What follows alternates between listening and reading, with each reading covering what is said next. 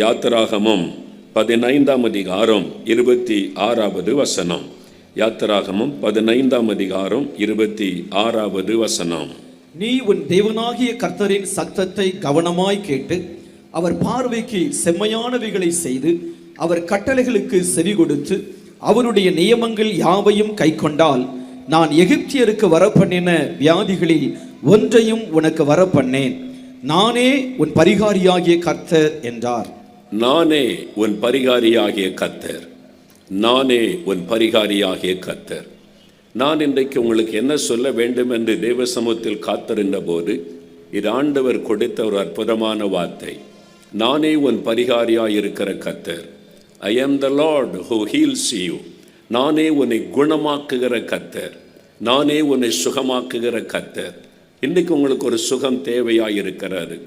இன்றைக்கு உங்களுடைய வாழ்க்கையில் ஒரு அற்புதமான சுகம் ஒரு தேவையாய் இருக்கிறபடியினால் ஆண்டவர் உங்களை பார்த்து சொல்லுகிறார், என் மகனே நானே உன்னை குணமாக்குகிற கர்த்தர், என் மகளே நானே உன்னை சுகமாக்குகிற கர்த்தர். ஏதோ ஒரு வியாதி உன்னை வேதனைப்படுத்தி கொண்டிருக்கிறது. சரீரத்தை வேதனைப்படுத்துகிற வியாதிகள் உண்டு, ஆத்துமாவை பாதிக்கிற வியாதிகள் உண்டு, ஆவியிலே கலக்கத்தை கொண்டு வரக்கூடிய வியாதிகள் உண்டு. ஏதோ ஒரு வியாதி உன்னை பாதித்திருக்கிறது மகனே, ஏதோ ஒரு நோய் உன்னை தாக்கி இருக்கிறபடியினால் உடைய மனதில் உன் சமாதானத்தை இழந்து உடைய உண்மையான சந்தோஷத்தை இழந்து எனக்கு ஒரு சுகம் கிடைக்குமா, எனக்கு இந்த நோயிலிருந்து ஒரு விடுதலை கிடைக்குமா, என் வாழ்க்கையில் ஒரு நிம்மதி சமாதானம் உண்டாகுமா என்று ஒரு ஏக்கத்தோடு இந்த நாளில் இந்த இடத்தில் நீ வந்திருக்கிறாய் மகனே. ஆகவே தான் ஆண்டவர் உங்களை பார்த்து சொல்லுகிறார், நானே உன்னை குணமாக்குகிற கர்த்தர், நான் உனக்கு பரிகாரியாயிருக்கிற தேவன் என்று ஆண்டவர் சொல்லுகிறார். ஒருவேளை இந்த சுகத்தை பெற்றுக்கொள்ள பலவிதமான பரிகாரங்களை செய்து பார்த்திருக்கலாம். என்ன பரிகாரம் செய்தால் இந்த எனக்கு சுகம் கிடைக்கும், என்ன விதமான பரிகாரம் செய்தால் இதிலிருந்து எனக்கு ஒரு விடுதலை கிடைக்கும், அதற்காக பணத்தை செலவு பண்ணி நேரத்தை செலவு பண்ணி சரீரத்தை வருத்தி கொண்டு எப்படியாவது எனக்கு ஒரு சுகம் கிடைக்க வேண்டும், என்ன பரிகாரமானாலும் செய்கிறேன், எவ்வளவு பணம் செலவு செய்தாலும் பரவாயில்லை என்று எல்லாத்திலும் ஏமாற்றப்பட்ட ஒரு சூழ்நிலையில் இனிமேல் என் வாழ்க்கை அவ்வளவுதான் என்று கலங்கி வந்திருக்கலாம். உங்களை பார்த்துதான் ஆண்டவர் சொல்லுகிறார், என் மகனே என் மகளே நானே உண்மையான பரிகாரி, நானே உண்மையாக உன்னை குணமாக்குகிற தேவன். என் ஆண்டவர் இயேசு உங்களை பார்த்து இன்றைக்கு சொல்லுகிறார். பிரியமானவர்களே, அநேக ஆண்டுகளுக்கு முன்பாக மதுரையில் ஒரு ஊழியக்காரரை நான் சந்தித்தேன். அவர் ஒரு நல்ல தேவ மனிதர், ஆண்டவரை குறித்த வைராக்கியத்தோடு கிராமம் கிராமமாய் சுவிசேஷம் அறிவிக்கிற ஒரு மனிதர். அவர் ஒரு நடந்த சம்பவத்தை, அவருடைய வாழ்க்கையில் நடந்ததை அவர் கூறினார். சில ஆண்டுகளுக்கு முன்பாக அவருடைய எலும்பில் ஒரு கொடிய நோய் அவரை தாக்கினது. எலும்பு நோயினால் பாதிக்கப்பட்டதினால் பலமுறை ஆஸ்பத்திரியில் போய் பலவிதமான மருத்துவம் செய்தும் அந்த வியாதி குணமாக்க முடியாமல் பரவிவிட்டது. கடைசியில் மருத்துவர்கள் சொன்னார்கள், சில எலும்புகளை ஆபரேஷன் செய்து அப்புறப்படுத்தி விட வேண்டும், அது முழுவதும் பாதிக்கப்பட்டு விட்டது, இல்லாவிட்டால் உங்களுடைய உயிருக்கு ஆபத்து என்று சொல்லிவிட்டார்கள். அந்த நோயினுடைய தாக்கம் அவ்வளவு கொடூரமானது.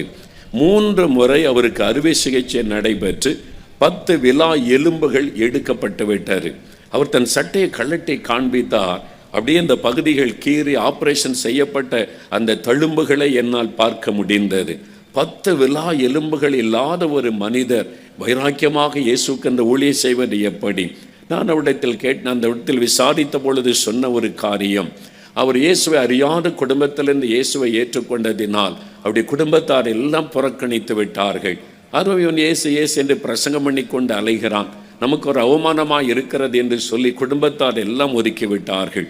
அவரும் அவருடைய மனைவி குழந்தைகளோடு ஆண்டவருக்கென்று ஊழியங்களை நிறைவேற்றி கொண்டு வந்தார்.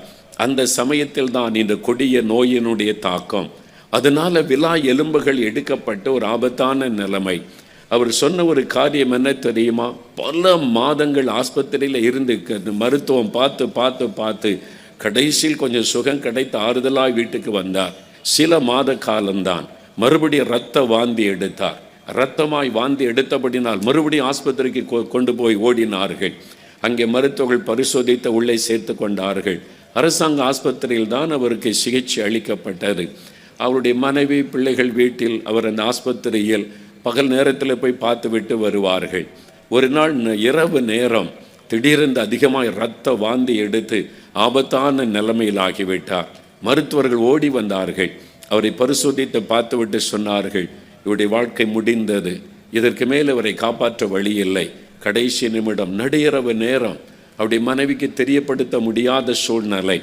அவர்கள் டாக்டர்ஸ் சொன்னாங்க, நர்சஸை கூப்பிட்டு, இன்றைக்கு இரவு வரைக்கும் அவர் உயிரோடு இருப்பது கஷ்டம் என்று சொல்லி அந்த ஜென்ரல் வார்டில் அவருடைய படுக்கை சுற்றிலும் ஸ்க்ரீனை வைத்து மறைத்து நர்ஸுக்கிட்ட சொல்லிட்டு டாக்டர்ஸ் போயிட்டாங்க. இவர் இரத்த வாந்தி எடுத்து பேசக்கூட பலனில்லாமல் படுத்திருக்கும் பொழுது அந்த நர்ஸ் ஒரு சகோதரி வந்து சொன்னாங்க, ஐயா, மருத்துவம் உங்களை கைவிட்டு விட்டது, இனிமேல் மருத்துவத்தால் உங்களை குணமாக்கவே முடியாது, இந்த இரவுக்குள் என்ன வேண்டுமானாலும் நடக்கலாம், ஆனால் ஒன்றே ஒன்று, இயேசு உங்களை கைவிட மாட்டார், அவரை பற்றி கொள்ளுங்கள் என்று சொல்லிவிட்டு அந்த நர்ஸ் போய்விட்டார்கள். இவரால் ஜெபிக்க முடியாது, ஜெபிக்க பலன் இல்லை. ஒரே ஒரு வார்த்தை சொல்ல முடிந்தது, இயேசுவே இயேசுவே. அந்த நாமம், அந்த பெயரை மாத்திரம்தான் அவரால் சொல்ல முடிந்தது. அவர் நினைத்தார், என் மனைவி பிள்ளைகள் ஒருவேளை நான் இரவோடு இரவால் மரித்து விட்டால் காலையில் வந்து பார்க்கும் பொழுது நான் பிணமாகத்தானே இருப்பேன், என் மனைவி என் பிள்ளைகள் என்ன செய்வார்கள் என்று. ஆகவே தன் இருதயத்தில் மனமுடைந்தவராய் இயேசுவே இயேசுவே என்று கதறி கொண்டிருந்தார். சில நேரம் நடுஇரவு நேரம் அந்த அமைதியான ஆஸ்பத்திரி சூழ்நிலையில் திடீரென்று ஒரு சத்தம் அவருடைய காதில் இடிமுழக்கத்தை போல வந்து விழுந்தது.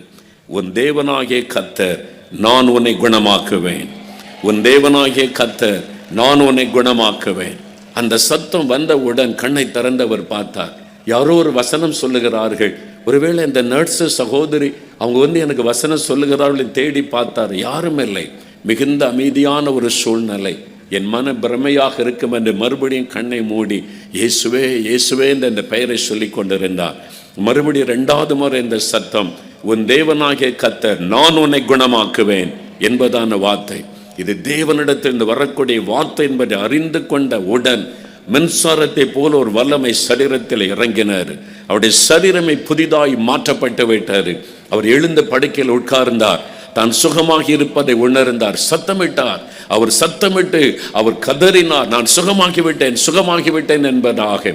நர்ஸ் ஓடி வந்தார்கள். ஏன் இவர் சத்தமிடுகிறார் என்று. படுக்கையில் எழும்பி உட்கார்ந்திருக்கிறார். துள்ளி குதித்து வெளியே எழும்பி அவர் ஆண்டவரை துதிக்கிறார். என்ன நடந்தது? இப்படி ஒரு சத்தத்தை கேட்டேன். டாக்டர்ஸ்களுக்கு செய்தி சொல்லப்பட்டது. ஓடி வந்து பார்த்தார்கள். பரிசோதித்து பார்த்தால் என்ன நடந்தது? இவருக்கு சாக கிடந்த மனிதன் நல்ல சுகமாயிருக்கிறார். அந்த வியாதிக்குரிய அடையாளமே இல்லாமல் போய்விட்டது. என்ன நடந்தது? இயேசு என்கிற அற்புதமான தேவன் அவரை சந்தித்து குணமாக்கி விட்டார். அவர் சுகத்தோடு வீடு வந்து சேர்ந்தார். அவர் சொன்னார், இன்றைக்கு நான் உயிரோடு இருக்க காரணம் அந்த இயேசு கிறிஸ்து. நடுஇரவு நேரத்தில் என்னை சந்திக்க வந்தார். இன்னைக்கு கலங்கி கொண்டிருக்கிறீர்களா? எல்லாம் முடிந்தது என்று சொல்லிவிட்டார்களா? இனிமேல் குணமாக்க முடியாது என்று மருத்துவம் கைவிட்டு விட்டதா? சாகுமறைக்கு இந்த மருந்து தான் நீ சாப்பிட்டு கொண்டே இருக்க வேண்டும், வேறு வழி இல்லை என்று சொல்லிவிட்டார்களா? இந்த மருந்து சாப்பிட்ட ஒன்றை பிரயோஜனம் இல்லாமல் இருக்கிறது, என்ன செய்வது? நீங்கள் இதை சமாளித்துக் கொள்ள வேண்டும் என்று சொல்லப்பட்டு வேதனையோடு நாட்களை கழித்து கொண்டிருக்கிறீர்களா?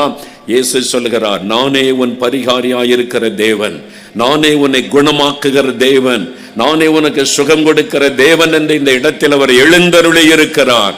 உங்களுக்கு சுகம் கொடுப்பதற்காக அவர் வந்திருக்கிறார். மனிதனை தாக்கக்கூடிய பலவிதமான அந்த நோய்கள் இருக்கிறது. 1 தெசலோனிக்கேயர் 5ஆம் அதிகாரம் 23வது வசனத்தை நீங்கள் வாசிக்கும் பொழுது, மனிதன் ஆவி, ஆத்மா, சரீரம் என்ற 3 பகுதிகளை உடையவன். நம்ம பார்க்கும் பொழுது சரீரம் மாத்திரம் வெளியே தெரிகிறது. நமக்குள் ஒரு விலையேறப்பட்ட ஆத்மா இருக்கிறது, நமக்குள் ஒரு ஆவி இருக்கிறது. ஒரு 3ம் சேர்ந்தது தான் ஒரு மனிதன். அதுதான் வேதம் தெளிவாய் சொல்லுகிறது. இந்த 3 பகுதிகளையும் தாக்கக்கூடிய நோய்கள் இருக்கிறது, வியாதிகள் இருக்கிறது. ஆண்டவர் இந்த 3 பகுதிகளையுமே குணமாக்க விரும்புகிறார். சிலர் சரீரத்தில் நல்ல சுகமாயிருப்பார்கள், அவருடைய ஆத்மாவில் ஒரு நோயினால் தாக்கப்பட்டு சமாதானத்தை இழந்திருப்பார்கள். சிலர் சரீரத்தில் வெளியிலே நல்ல சுகமாய் காணப்படுவார்கள், அவருடைய உள்ளான மனுஷனாகிய ஆவியில் ஒரு பாதிப்பு உண்டாகி எப்பொழுதும் கலங்கி கொண்டிருப்பார்கள். இந்த 3 பகுதியும் சுகமாய் இருக்கும் பொழுதுதான் ஒரு மனிதனுக்குள்ளே பரிபூர்ண சந்தோஷமும் மன மகிழ்ச்சியும் பூரணப்பட்டிருக்கும். அதனால தான் ஆண்டவர் சொல்லுகிறார், என் மகனே, உனக்கு சரி, உன்னுடைய வாழ்க்கையில் இன்றைக்கு எந்த பகுதியில் நோய் தாக்கி இருந்தாலும் நான் உன்னை குணமாக்குகிற தேவன் என்று ஆண்டவர் சொல்லுகிறார். சரி, இந்த நோய் நம்மை தாக்குகிற இந்த நோய் எப்படி பாதிப்பை உண்டாக்குகிறது? இந்த 3 பகுதிகளில் வரக்கூடிய நோய்கள் என்ன? அந்த வியாதியிலிருந்து இயேசு எப்படி சுகம் தருகிறார்? அதைத்தான் நாம் தியானித்து ஜெபிக்க போகிறோம். இங்கே வந்திருக்கிற உங்கள் வாழ்க்கையில் ஏதோ ஒரு பகுதியில் ஒரு நோய் உங்களை தாக்கி இருக்கிறது. ஏதோ ஒரு பகுதியில் ஒரு வியாதியினால் தாக்கப்பட்டு பாதிக்கப்பட்டு வந்திருக்கிறீர்கள். நீங்கள் கவனமாய் வேத வசனத்திற்கு செவி கொடுத்தால் எந்த பகுதியில் உங்களுக்கு சுகம் தேவை என்பதை அறிந்து நீங்கள் ஜெபம் பண்ணும்போது இயேசு அந்த அற்புதத்தை உங்களுக்கு செய்வார். முதலாவது மனிதனை பாதிக்கக்கூடிய ஒரு காரியம் அவனுடைய ஆத்துமா. இந்த ஆத்துமாவை தாக்கக்கூடிய நோய் பாவம் என்கிற நோய். பாவம் என்கிற அந்த நோய், அந்த வியாதி ஒரு மனிதனுடைய ஆத்துமாவை தாக்குகிறது. இந்த ஆத்துமா தான் தேவனோடு மனிதன் தொடர்பு கொள்ளவும், ஆண்டவரோடு ஐக்கியப்படவும், ஆண்டவருடைய தெய்வீக சமாதானத்திலே களிகூறவும் செய்கிற ஒரு காரியம். ஆதியாகமம் 2ஆம் அதிகாரம் 7ஆம் வசனத்தை வாசிக்கும் போது, தேவன் மனிதனை உண்டாக்கி மண்ணினால் உருவாக்கி அவனுடைய நாசிலை ஜீவ சுவாசத்தை ஊதினார். அவன் ஜீவ ஆத்மா வானான் என்று எழுதப்பட்டிருக்கிறது. நம் கண்ணுங்களால் பார்க்க முடியாத அந்த ஆத்மாவை ஆனால் நம்ம உணர முடியும். ஒரு மனிதனுக்குள் இருக்கிற அந்த ஆத்மா தான் தெய்வத்தை தேடுகிறது, சமாதானத்தை தேடுகிறது, நிம்மதியை தேடுகிறது. அவனுக்குள் அந்த தெய்வத்தை அறிந்து கொள்ளும் வரைக்கும் உண்மையான சமாதானம் வருவது இல்லை. அந்த ஆத்மா தான் தேவனோடு நம்மை தொடர்பு கொள்ள வைக்கிற ஒரு காரியம். சாத்தானுக்கு தெரியும், இந்த ஆத்மாவிலே பாவம் என்கிற வியாதியை கொண்டு வந்து விட்டால் இவனுடைய சமாதானத்தை கெடுத்து விடலாம், தேவனோட உள்ள ஐக்கியத்தை கொலைத்து விடலாம் என்று சாத்தானுக்கு தெரியும். ஆகவே தான் பாவம் என்கிற கொடிதான ஒரு காரியத்தை ஒரு மனிதனுக்குள் சாத்தான் கொண்டு வந்து அந்த ஆத்மாவை பாவம் என்கிற நோயினால் கரைப்படுத்தி அவருடைய நிம்மதியை கொலைத்து போடுகிறான். ஆனால் தான் வேதம் சொல்லுகிறது, பாவத்தின் சம்பளம் மரணம், பாவம் செய்கிற ஆத்மா சாகும். அந்த வியாதி, பாவம் என்கிற வியாதி வரும் பொழுது நம் ஆத்மாவை அது கொன்று விடுகிறது, ஆத்மாவை மரணத்துக்குள் ஆக்கி விடுகிறது. மரணத்தை கொண்டு வரக்கூடிய ஒரு கொடியான ஒரு வியாதி தான் இந்த பாவம் என்கிற ஒரு காரியம். அது எப்படி ஒரு மனிதனுக்குள்ளே அவருடைய நிம்மதியை கொலைத்து வேதனைப்படுத்துகிறது பாருங்கள். 1970ஆம் ஆண்டுகள் அந்த நாட்களில் நான் சென்னையில் ஸ்கூலில் படித்து கொண்டிருந்தேன். அந்த சமயம் செய்தித்தாளிலே ஒரு செய்தி பிரபலமாய் வந்தது. விஷ ஊசி வழக்கு என்ற ஒரு வழக்கு சென்னை உயர்நீதிமன்றத்தில் நடந்தது. தினமும் அதை குறித்த விவரங்களை பத்திரிகையிலே போடுவார்கள். நான் ஸ்கூலில் படித்து கொண்டிருந்தேன். நிறைய பேர் இது ஆவலோடு வாசித்தாங்க என்ன நடந்தது என்று. அந்த வழக்குக்கு பெயர் விஷ ஊசி வழக்கு. அதனுடைய சாராம்சம் என்னவென்றால், தமிழ்நாட்டின் பல பட்டணங்களிலிருந்து பெரிய பெரிய வியாபாரிகள் கொள்முதல் செய்வதற்கு, பிஸ்னஸ் பண்ணுவதற்கு லட்சக்கணக்கான பணத்தோடு சென்னை பட்டணத்திற்கு வருவார்கள். ஆங்காங்கே ஹோட்டல்களில் அறையெடுத்து தங்கி அங்குள்ள பிஸ்னஸ் காரியத்தை முடித்துவிட்டு சொந்த ஊருக்கு திரும்புவார்கள்.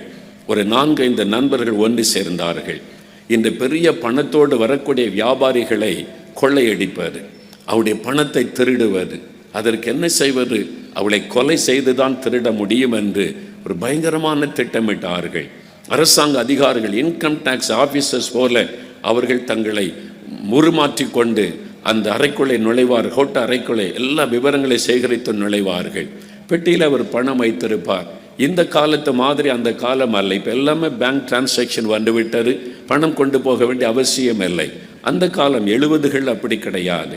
பெட்டியிலே பணத்தை வைத்து அவர் ஜாக்கிரதையாய் பிஸ்னஸ் செய்ய வந்திருப்பார். உள்ளே நுழைவார்கள். இந்த பணம் உங்களுக்கு எப்படி வந்தது? அவர் உண்மையை தான் சொல்லுவார். நான் கோயம்புத்தூரில் இருக்கேன், தென்னூரில் இருக்கேன், பெரிய பிஸ்னஸ் பண்ணுகிறேன், தொழிலுக்காக மாதம் வருவது தான். அதெல்லாம் நம்ப முடியாது. இந்த பணத்துக்கான கணக்கு என்ன, அதெல்லாம் நாங்கள் வழக்கமாக செலுத்தி விட்டோம், இப்போ நம்ப முடியாது. எங்கள் ஆஃபீஸுக்கு உங்களை அழைத்து போகிறோம் என்று பயமுறுத்தி காரில் அழைத்து போவார்கள். காருக்குள்ளே வைத்து 3-4 பேர் சூழ்ந்து கொள்ளுவார்கள். அவர் பணப்பெட்டியோட பயத்தில் உட்கார்ந்துருப்பார். எங்கே ஆஃபீஸ் கூட்டு போகிறாங்க என்னை, இல்லை உண்மை சொல்லிவிட்டால் விட்டு விடுகிறோன்னு மிரட்டி உண்மையை வரவழைப்பதற்கு ஒரு இன்ஜெக்ஷன் போட போகிறோம், அதை போட்டு உங்களுடைய வாயிலிருந்த உண்மையை நாங்கள் வரவழைத்து விடுவோம்னு சொல்லி ஒரு ஊசியை செலுத்துவார்கள். அது விஷம். அந்த காருக்குள்ளேயே அவர் துடித்து மரித்து போவார். அந்த பணத்தை எடுத்து கொள்ளுவார்கள். ஆந்திரா பார்டர், கர்நாடகா பார்டர், சென்னையை தாண்டி காட்டுக்குள்ளே கொண்டு போய் பிணத்தை, அவருடைய சரீரத்தை எரித்து விட்டு தப்பித்து கொள்ளுவார்கள். எல்லா இடத்திலும் பிணங்கள் எரிந்து கிடக்கும்.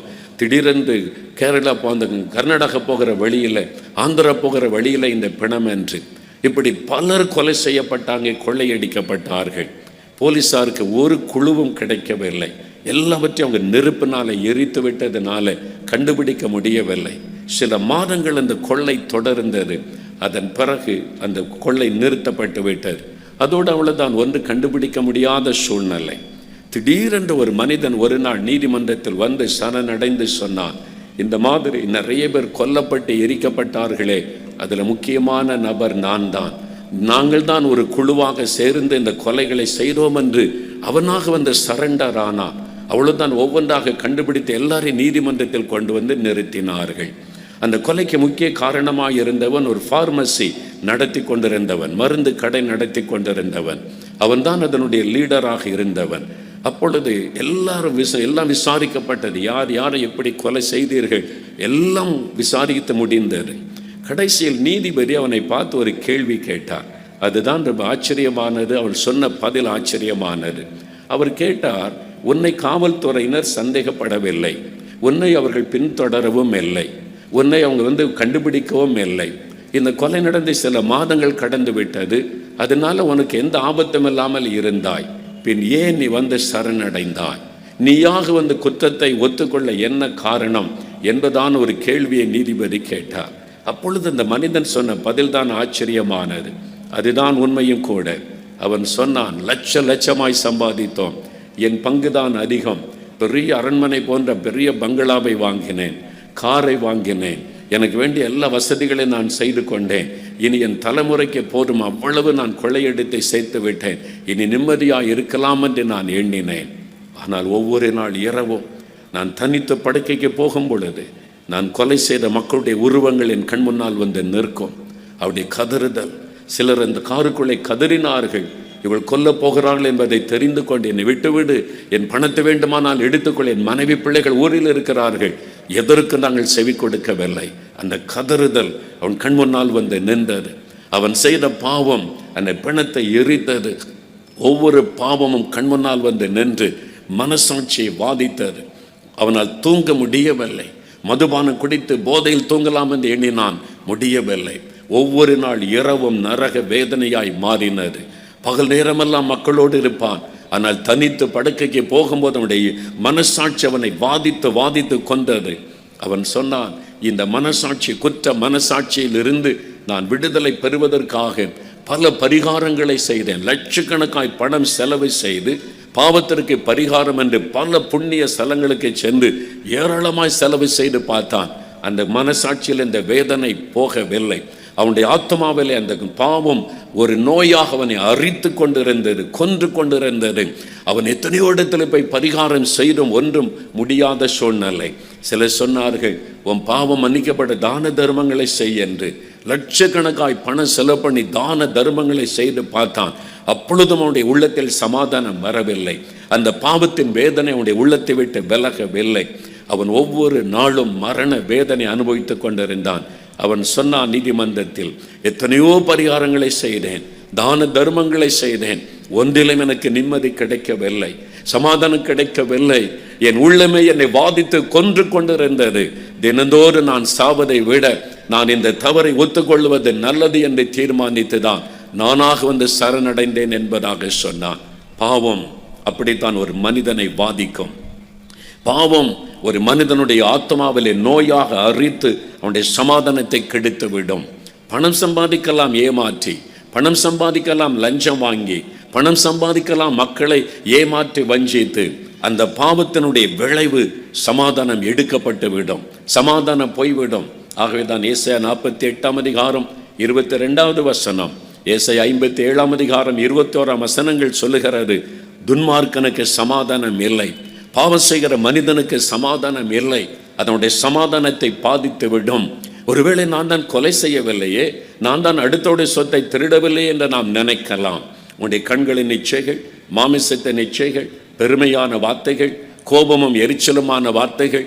இயேசு சொன்னார், மார்க் 7 அதிகாரம் 21 வசனத்திலிருந்து சொல்லும் பொழுது, மனிதனுடைய இருதயத்திற்குள் இருந்து புறப்படுகிற பொல்லாத சிந்தனைகள், விபச்சாரம், வேசித்தனம், அசுத்தம், காமவிகாரம், வன்கண், தூஷணம், பெருமை, சண்டைகள், மதிகேடுகள், அது மனிதனை தீட்டுப்படுத்தும். அந்த நோய்கள் இந்த பொல்லாத இந்த பாவ வியாதி ஒரு மனிதனுடைய ஆத்மாவுடைய சமாதானத்தை கெடுத்து விடும் என்று இயேசு கிறிஸ்து சொன்னார். ஆகவே எனக்கு அன்பானவர்களே, பாவத்திலே சின்ன பாவம் பெரிய பாவம் என்ற வித்தியாசம் கிடையாது. ஒரு சின்ன பாவம் கூட தேவனை துக்கப்படுத்தும் பொழுது அதனுடைய ஆத்மாவை கரைப்படுத்தி உங்களுடைய நிம்மதியை கொலைத்து விடும், உங்களுடைய சமாதானத்தை கெடுத்து விடும். ஆகவே தான் 38ஆம் சங்கீதம் 4ஆம் வசனத்தில் தாவீது என்கிற ஒரு பெரிய ராஜா கதறுகிறான், ஐயோ பாவத்தின் பாரம் என்னை அழுத்துகிறது, என்னால் அதை தாங்க முடியாத பாரமாயிருக்கிறது என்று சொல்லுகிறார். பாரம் என்னை அழுத்துகிறது. 6ஆம் வசனத்தில் சொல்லும் பொழுது, நாள் முழுவதும் நான் துக்கத்தோடு திரிகிறேன். ஒரு துக்கம், அந்த பாவத்தினால் உண்டான பாதிப்பு என் சமாதானத்தை கெடுத்து விட்டது. துக்கம் என் உள்ளத்தில் எப்பொழுதும் இருக்கிறது. ஏன் எப்பொழுதும் துக்கம்? மனைவி இருக்கிறாங்க, கணவர் இருக்கிறார், பிள்ளைகள் இருக்கிறாங்க, வேலை இருக்கிறது, சம்பாத்தியம் இருக்கிறது. ஏன் நிம்மதி இல்லை? ஏன் உள்ளத்தில் ஒரு சமாதானம் இல்லை? ஏன் எப்பொழுதும் உள்ளத்தில் ஒரு அலசடிப்பு காணப்படுகிறது? ஒரு ஆத்ம அமைதி இல்லை. அந்த பாவம் ஒரு மனிதனுடைய வாழ்க்கை நிம்மதியை கெடுத்து, அந்த பாவம் என்கிற நோயுடைய ஆத்மாவை தாக்கும் பொழுது சமாதானம் முற்றிலும் போய்விடும். ஆகவேதான் 51ஆம் சங்கீதம் 3ஆம் வசனத்தில் அந்த மனிதன் கதறுகிறான், ஐயோ நான் செய்த பாவங்களின் கண் முன்னால் வந்து நிற்கிறது, என் கண்ணை மூடினால் இந்த பாவங்கள் வந்து நிற்கிறது, என்னால் நிம்மதியாக இருக்க முடியவில்லை. அந்த பாவத்தை நிமித்தம் அவன் கதறுகிறதை நாம் பார்க்கிறோம். பாவம் பயங்கரமானது, அது ஒரு கொடிய நோய், அது ஒரு கொடிய கிருமி. உங்களுடைய ஆத்மாவின் சமாதானத்தை அது அழித்து விடும், நிம்மதியை கொலைத்து விடும். ஆகவேதான் இதற்கு ஒரே ஒரு பரிகாரம், இயேசு கிறிஸ்துவின் ரத்தம். இயேசு கிறிஸ்துவின் ரத்தம் மாத்திரமே சகல பாவங்களை நீக்கி நம் ஆத்மாவை சுத்திகரிக்கும். வேறொரு பரிகாரம் இல்லை. ஒரு மனிதனுடைய பாவம் மன்னிக்கப்பட, ஒரு மனிதனுடைய ஆத்மாவில் இருக்கிற பாவ நோய்கள் நீங்க, ஒரு மனிதனுடைய ஆத்மாவிலே பாவத்தில் இந்த விடுதலை பெற்று நிம்மதி வருவதற்கு இயேசு கிறிஸ்துவின் ரத்தமே இல்லாமல் வேறொரு பரிகாரம் இல்லை. எத்தனை லட்சங்களை செலவு பண்ணினாலும், கொள்ளையடிப்பதில் எத்தனை கோடிகளை தான தர்மம் பண்ணினாலும் உள்ளத்தில் சமாதானம் வராது. அது பாவத்திற்கு பரிகாரம் அல்ல. ஒரு மனிதன் தன் பாவத்தை உணர்ந்து இயேசு கிறிஸ்துவின் சிலுவை அண்டை வந்து நின்று, ஆண்டவரே எனக்காக நீ சிலுவையில் ரத்தம் சிந்தினீரே, எனக்காக பாவம் ஆனீரே, அந்த ரத்தத்தினாலே ஆத்மாவை கழுவும் என்று வரும் பொழுது மாத்திரமே தன் பாவத்தை மறைக்கிறவன் வாழ்வடைய மாட்டான், அறிக்கை செய்து விட்டு விடுகிறவன் இரக்கம் பெறுவான் என்று வேதம் சொல்லுகிறபடி இயேசுவனிடத்தில் வந்து அந்த பாவத்தை அறிக்கை செய்யும் பொழுது இலவசமாக அவனுக்கு பாவ மன்னிப்பு, பாவத்திலிருந்து விடுதலை. அநேக வருஷங்களுக்கு முன்பாய் கோயம்புத்தூர் சிறைச்சாலையிலிருந்து, பாளையங்கோட்டை சிறைச்சாலை மாதிரி கோயம்புத்தூர் சிறைச்சாலை ரொம்ப பெருசு, அங்கிருந்து எனக்கு ஒரு கடிதம் வந்திருந்தார். அங்கே கைதியாக இருக்கிற, விசாரணை கைதியாக இருக்கிற ஒரு வாலிப தம்பி இயேசுடைய இருக்கிறார் பத்திரிக்கையை யாரோ இந்த ஜெயிலுக்குள்ளே கொண்டு போய் கொடுத்துருக்கிறாங்க. அதை வாசித்து விட்டு எனக்கு ஒரு பெரிய கடிதம் அந்த தம்பி கார்டில் எழுதியிருந்தான். காவல்துறை அதிகாரிகள் அதை செக் பண்ணி சீல் குத்தி கடிதங்களை அனுப்புவாங்க. நம்ம பதில் அனுப்பினாலும் அவங்க வாசித்து பார்த்து சீல் குத்தி அந்த கைதினிடத்தில் கொடுப்பார்கள். இதுதான் நடைமுறை. அதன்படி அந்த கடிதம் எனக்கு வந்திருந்தார். அதில் குறிப்பிட்ட இந்த ஒரு வார்த்தை, நான் இயேசுவை அறியாதவன், இந்த ஜெயிலுக்கு வரும்போது இயேசுவை எனக்கு தெரியாது, ஆனால் இப்போ நான் ரட்சிக்கப்பட்ட கிறிஸ்தவன் ஆயிட்டேன். அந்த ஒரு வார்த்தை என்னை தொட்டார். பின் ஏன் அவர் ஜெயிலில் இருக்க வேண்டும், அவனை போய் பார்க்க வேண்டும் என்று ஒரு ஆவல் உள்ளத்தில் வந்தது. நானும் என்னுடைய மனைவியும் 2 பேரும் போனோம். கோயம்புத்தூருக்கு போய் முறையாக நாங்கள் விண்ணப்பம் பண்ணி அந்த வாலிபனை, அந்த தம்பியை பார்க்க வேண்டும் என்று கேட்டு அவனை போய் சந்தித்தோம். அழகான ஒரு சௌந்தரியமான ஒரு வாலிபன், ஒரு 20 வயசு இருக்கு. அவனை பார்த்தாலே ஒரு அழகான சௌந்தரியமான ஒரு வாலிபன் எப்படி ஜெயிலுக்கு வந்தான் என்று அந்த வாலிபனோடு பேசும்போது சொன்னான், ஐயா நான் வாலிப வயதில் சில நண்பர்களோடு சேர்ந்து சீக்கிரமாக பணக்காரன் ஆகணும். இதுதான் இன்றைக்கி உலகத்தில் தீமைக்கெல்லாம் காரணம். உழைக்காமல் கஷ்டப்படாமல் சீக்கிரமாக பணக்காரன் ஆகணும். இந்த ஆசையை தூண்டி தூண்டி தான் இன்றைக்கு ஆன்லைனில் ரம்மி என்கிற பெயரிலே பாவத்தை தூண்டி அநேகர் தற்கொலை பண்ணி செத்து கொண்டு இருக்கிறாங்க. கஷ்டப்படாமல் சம்பாதிக்கணும், சும்மா உட்காந்துட்டு அதை தட்டினா எனக்கு காசு வந்துடணும். இந்த தவறான காரியங்கள் தான் மனிதர்களை பாவத்துக்குள்ளாக்கி சாபத்துக்குள்ளாக்கி வாழ்க்கையை பறித்து விடுகிறது. அதை பிரபலப்படுத்துவதற்கு பிரபலமான ஆட்கள் பாவத்தை பிரபலப்படுத்த ஒவ்வொரு நாள் செய்தியில் பாருங்கள், ரம்மி விளையாடி லட்சக்கணக்காக தோத்து தற்கொலை பண்ணி செத்த பெண்கள், குடும்பங்கள் பாழாகி கொண்டு இருக்கிறது. பண ஆசையை காண்பித்து தான் சாத்தான் மனிதர்களை வீழ்த்துகிறான். பாருங்கள், இந்த வாலிபனுக்குள்ளே சில ஆசை தோண்டினாங்க. பணக்காரன் ஆகணும், அவனை பாரு காரில் போகிறான், இவனை பாரு பெரிய வீட்டில் இருக்கிறான், நம்ம என்னைக்கு பணக்காரன் ஆகிறது, அவெல்லாம் ஏமாற்றி பணக்காரன் ஆகிட்டான், நம்மளை ஏதாவது பண்ணணும். சில தவறான நண்பர்கள் ஆசை காண்பித்தார்கள். என்ன பண்ணலாம், போய் திருடலாம், பணக்கார வீட்டுக்குள்ளே நுழைஞ்சி திருடிட்டா நம்ம பணக்காரன் ஆகலாம், கொஞ்ச நாள் செய்வோம், பணம் வந்த பிறகு விட்டுடலாம். இப்படி தான் சாத்தான் தந்திரமாய் நுழைவான். இந்த வாலிபனும், ஐயா முதல் சில என் நண்பர்களோடு சேர்ந்து பணம் ஆசைப்பட்டு கூட போயிட்டேன், நம்ம கொலையாக பண்ண போகிறோம், திருட தானே போகிறோம் என்பதாக. ஆனால் நாங்கள் முதல் திருட ஒரு வீட்டுக்குள்ளே போனோம். அந்த வீட்டில் ஒரு வயசான பெரியவர் திருடி கொண்டிருந்த போது அவர் விழித்து விட்டார். எங்களுக்குள்ளே ஏற்பட்ட கை கலப்பில் அவர் மரித்து விட்டார். கொலையும் நடந்து விட்டார். அது நாங்கள் எதிர்பாராத ஒன்று. பயந்து நடுங்கி ஓடி வந்தாலும் போலீஸார் உடனே எங்களை பிடித்து விட்டார்கள். இப்பொழுது நீதிமன்றத்தில் வழக்கு நடந்து கொண்டு இருக்கிறது. என்னுடைய மனசாட்சி என்னை நாள்தோறும் பாதிக்க ஆரம்பித்தது. ஐயோ, நான் ஒரு திருடன், நான் ஒரு கொலைகாரனும் ஆகிவிட்டேனே, கொலை செய்யணும்னு நோக்கம் இல்லை, திருட போன இடத்தில் ஒரு மரணம் சம்பவித்தது. இனிமேல் என் பெற்றோர் என்ன சொல்லுவாங்க, ஒரு திருடனுடைய பெற்றோர், கொலைகாரனுடைய பெற்றோர் என்று தானே சொல்லுவாங்க. ஒருவேளை நான் தண்டனை பெற்று விடுதலையாக ஊருக்கு போனால் எல்லாரும் என்ன சொல்லுவார்கள்? அதனால் என் மனசாட்சி என்னை வாதித்தது. ஐயோ, நான் பாவம் செய்துட்டேனே, ஐயோ இந்த பண ஆசைக்கு இடம் கொடுத்துட்டேனே, தவறான நண்பர்களோடு போயிட்டேனே. மனசாட்சி வாதித்து ராத்திரமெல்லாம் தூக்கம் இல்லை. கலங்கினான். தனக்கு தெரிந்த தெய்வத்தை எல்லாம் கூப்பிட்டான். யாராவது உதவி செய்வாங்களா, யாராவது இந்த வேதனையில் எனக்கு விடுதலை தருவார்களா என்று. நிம்மதி இல்லாமல் சாப்பிடக்கூட மன இல்லாமல் அழுது கொண்டே இருப்பானாம். ஒரு நாள் ஞாயிற்றுக்கிழமை அந்த சிறைச்சாலையிலே ஒரு கூட்டம் நடைபெற்றது. அங்கே இருக்கிறவர்கள் விரும்பினவங்க இந்த ஆராதனையில் பங்கு பெறலாம். சில கிறிஸ்தவர் அல்லாதோரும் பங்கு பெற்றார்கள். ஒரு ஊழியக்காரர் வந்து பிரசங்கம் பண்ணினார். இந்த கைதிகளுக்கு பிரசங்கம் பண்ணினார். விரும்பினவங்க போவாங்க. இவன் தூரத்தில் உட்கார்ந்து என்ன இவர் பேசுகிறாரு, கிறிஸ்தவ மதத்தை பற்றி ஏதோ சொல்ல வந்திருக்கிறார் என்று கவனித்து கொண்டிருந்தார். அந்த பிரசங்கியார் பேசும்போது இயேசு கிறிஸ்துவுடைய ரத்தம் சிலுவையில் நம்முடைய பாவங்களுக்காக மரித்து அவர்தான் உண்மையான பரிகாரி, பாவத்திற்கு பரிகாரம் அவர்தான், அவர் பாவத்தை மன்னித்து சமாதானம் தருவார் என்று செய்தி சொன்னபோது அவனுடைய உள்ளம் கவனிக்க ஆரம்பித்தது. ஐயோ, இதுக்குத்தானே நான் இயங்குகிறேன், என் பாவம் மன்னிக்கப்படுமா, இந்த பாவத்திலிருந்து எனக்கு குற்ற மனசாட்சியின் விடுதலை கிடைக்குமா என்று ஏங்கிக் கொண்டிருக்கிறேன் என்று அந்த ஊழியரிடத்தில் ஓடினான். கூட்டம் முடிந்த பிறகு போய் சொன்னான், ஐயா, நான் இப்படி ஒரு பாவம் செய்துவிட்டேன், என் மனசாட்சி என்னை கொல்லுகிறது, என்னால் தூங்க முடியவில்லை, உங்கள் இயேசுவால் மன்னிக்க முடியுமா? கட்டாயம் மன்னிப்பார். இயேசு கிறிஸ்துவின் ரத்தம் சகல பாவங்களை நீக்க நம்மை சுத்திகரிக்கும். உனக்காக சிலுவையிலே உன் பாவத்தை அவர் ஏற்றுக்கொண்டார். உனக்காக அவர் பாவியாகவே சிலுவையிலே தன்னை அர்ப்பணித்துக் கொண்டு தொங்கினார். அவரிடத்தில் கேள், மன்னிப்பார் என்று சொன்னபோது படியிட்டவன் அழுதான். முதலா என் பாவத்தை மன்னிக்கிற ஒரு கடவுள், எனக்காக சிலுவையிலே பாவத்தை சுமந்து முடித்த ஒரு கடவுள், என்னை மன்னிங்க என்று கதறினார். இயேசு அவனுடைய உள்ளத்தில் வந்தார். பாவத்தின் பாரம் விலகினது. அவன் சொன்னான், அன்றைக்கு தான் என் உள்ளத்தில் இருந்த அந்த பாரம் விலகி எனக்குள்ள ஒரு சமாதான நிம்மதி வந்தது. அப்போதான் நான் அறிந்து கொண்டேன், பாவத்திற்கு பரிகாரி இயேசுதான் என்பதை அறிந்து கொண்டு இப்போ அவருடைய பிள்ளையா இருக்கிறேன். நாங்கள் ஜெயிலுக்குள்ள இந்தியாவுக்காக உபவாசம் பண்ணி ஜெபிக்கிறோன்னு சொன்னான். எப்படி ஆண்டவர் மாற்றிருக்கிறார் பாருங்க. நான் அவனிடத்தில் கேட்டேன், சரி இப்போ உனக்கு வழக்கு நடந்து கொண்டு இருக்கிறவனுக்கு என்ன தண்டனை கொடுப்பார்கள் என்பதாய் நான் கேட்டேன்.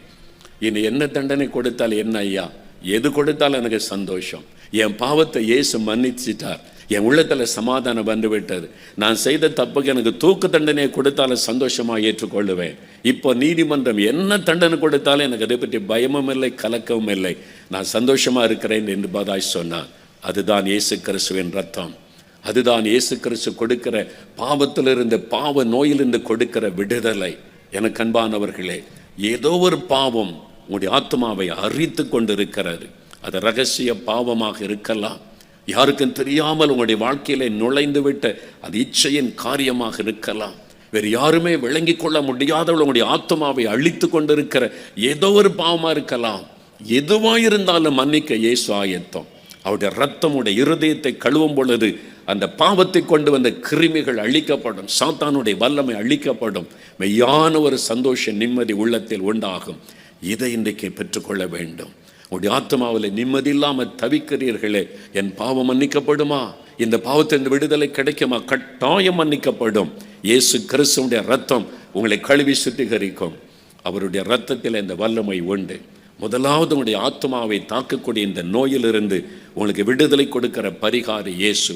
இரண்டாவது, நம்முடைய சரீரத்தை தாக்கக்கூடிய நோய்கள், நம்முடைய சரீரத்திலே பாதிப்பை உண்டாக்கக்கூடிய நோய்கள். இயேசு இந்த உலகத்தில் உலாவின நாட்களில் பாருங்கள், மத்தேயு 4ஆம் அதிகாரம் 23வது வசனத்தை நீங்கள் வாசிக்கும் பொழுது, இயேசு கிராமங்கள் தோறும் பட்டணந்தோறும் சுற்றி நடந்து வெறும் பிரசங்கம் மாத்திரம் செய்யவில்லை. மக்களுக்கு அவர் பிரசங்கம் பண்ணினது உண்மை, அது மாத்திரம் செய்யவில்லை. ஜனங்களுக்கு உண்டாயிருந்த சகலவிதமான நோய்களையும் சகலவிதமான வியாதிகளையும் குணமாக்கினார். என்னால் சரீரத்தில் உண்டாகிற இந்த நோயினுடைய தாக்கம் நம்மை பாதித்து விடுகிறது, நிம்மதியை பாதித்து விடுகிறது. ஆனால் தான் வியாதியஸ்தரை கண்ட பொழுது ஏன் இயேசு அற்புதம் செய்தார்? என்ன வியாதினாலும் வாங்க, ஐ கேன் ஹீல் யூ, நான் எந்த வியாதி குணமாக்க முடியும் என்று இயேசு எந்த இடத்திலும் சொல்லவில்லை. நீங்கள் வேதத்தை கவனமாய் பாருங்கள், எந்த இடத்திலும் இயேசு அப்படி சொல்லவே இல்லை. என்ன வியாதி, நான் எந்த நோய் நான் குணமாக்கிடுவேன், வந்து பாருங்க, அப்படிலாம் இயேசு பேசவில்லை. அப்படி இயேசு ஒரு நாளும் ஊழியம் செய்யவில்லை. பின் ஏன் அவர் குணமாக்கினார்? மத்தேயு 14ஆம் அதிகாரம் 14ஆம் வசனம் சொல்லுகிறது, வியாதியினால் பாதிக்கப்பட்ட மக்களை கண்டபோது இயேசு மனதுருகினார். ஐயோ, என் ஜனங்கள் நோயினால் கஷ்டப்படுறாங்க, என் ஜனங்கள் இந்த வியாதியினால் கஷ்டப்படுறாங்க, என் ஜனங்கள் இந்த நோயினால் பாதிக்கப்பட்டு கண்ணீரோடு நிற்கிறாங்களே. மனதுருகித்தான் இயேசு அற்புதம் செய்தாரே அல்லாதபடி பெருமைக்காக ஒரு அற்புதம் செய்யவில்லை. என்னிட வாங்க, நான் என்ன வேணாலும் செய்வேன், அப்படி இயேசு எந்த இடத்துல பெருமையாய் பேசவே இல்லை. அவர் மனதுருகினார், உங்களை பார்த்து மனதுருகுகிறார். ஐயோ, இந்த மகள் கஷ்டப்படுகிறார், இந்த மகன் இந்த வியாதியினால் கஷ்டப்படுகிறார். அதை பார்க்கும்போது அவருடைய இருதயம் உடைந்து மனதுருகித்தான் அவர் அற்புதம் செய்கிறதை வேதத்தில் பார்க்கிறோம். நாம் மத்தேயு 15ஆம் அதிகாரம் 35ஆம் வசனத்தில், சாயங்காலம் ஆனபோது பலதரப்பட்ட வியாதியஸ்தரை கொண்டு வந்து இயேசுவின் பாதத்தில் வச்சாங்க. நடக்க முடியாதவங்க, கண் தெரியாதவங்க, பாதிக்கப்பட்டவங்க. இயேசு அவங்களை பார்க்கிறார்.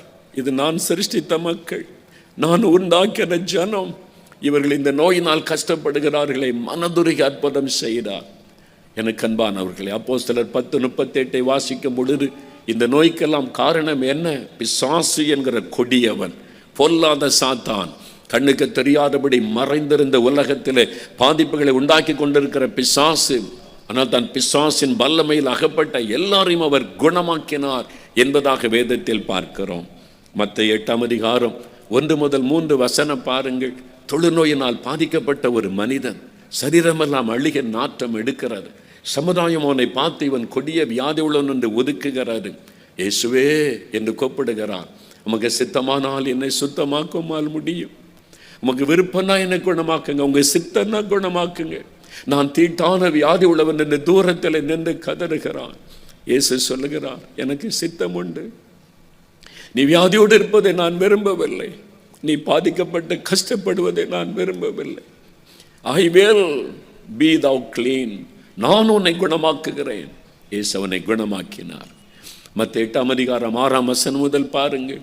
ஒரு பெரிய அதிகாரி, இராணுவ அதிகாரி, ரோம அதிகாரி, 100க்கு அதிபதி ஓடி வந்து இயேசுகிட்ட சொல்றான், என்னுடைய வேலைக்காரன், எனக்கு பிரியமான ஒரு வேலைக்காரன், அவன் தான் எனக்கு சமைச்சு தருவான், என்னை கவனித்துக் கொள்ளுகிறான், அவன் வியாதிப்பட்டு வேதனைப்படுகிறான், திமிர்வாத நோயினால் வேதனைப்படுகிறான், அவன் படுகிற வேதனையினால் தாங்கிக் கொள்ள முடியவில்லை, இயேசுவே வந்து சுகமாக்குங்க. இயேசு சொன்னார், I will come and heal him, நான் வந்தவனை குணமாக்குவேன் என்று சொன்னார். அவன் சொன்னா, இங்கிருந்து ஒரு வார்த்தை சொல்லுங்க, நீங்க எதுக்கு அங்க வரணும், ஒரே ஒரு வார்த்தை சொல்லுங்க, அவன் சுகமாயிருவான். அவருடைய விசுவாசத்தை கண்டு இயேசு ஆச்சரியப்பட்டு, நீ போகலாம், நீ விசுவாசித்தபடி உனக்காக கடவுள், according to your faith be it unto you. அதே நம்முடைய வேலைக்காரன் சுகமானான். யாரையோ வீட்டில் வியாதியோடு விட்டுட்டு வந்திருக்கிறீங்களா? உங்களுடைய மனைவி, உங்களுடைய கணவர், உங்களுடைய பெற்றோர், உங்களுடைய பிள்ளைகள் அங்கு கூட்டத்துக்கு கூட்டிக் கொண்டு வர முடியாது, வீட்டில் படுக்கையில் இருக்கிறாங்களா, வியாதியில் கஷ்டப்படுறாங்களா? இங்கிருந்து நீங்கள் ஜெபிக்கிற ஜெபத்தில் வீட்டில் அற்புதம் நடக்கும். இயேசுடைய மனதுருக்கம் அப்படிப்பட்டது. இங்கிருந்து நீங்கள் வேண்டிக் கொள்ளும் பொழுது உங்க வீட்டில் இருக்கிறவங்களை இயேசு தொட்டு குணமாக்குவார். அவர் மனதுருக்கம் உள்ள ஒரு ஆண்டவர். வியாதியினால் பாதிக்கப்பட்ட சரீரத்தில் வேதனை அனுபவிக்கிறவர்களை கண்டபோது மனதை உருகுகிறவர். பேதுரு வீட்டுக்குள்ளே இயேசு வருகிறார். மத்தேயு 8:14-15 வசனத்தில் பார்க்கிறோம். அவருடைய மாமியார் வியாதியில் இருக்கிற ஜுரம் என்றால் கொடிய ஜுரம், அது மரணத்தை கொண்டு வரக்கூடிய ஒரு வியாதி. மரண படுக்கையில் இருக்கிறாங்க.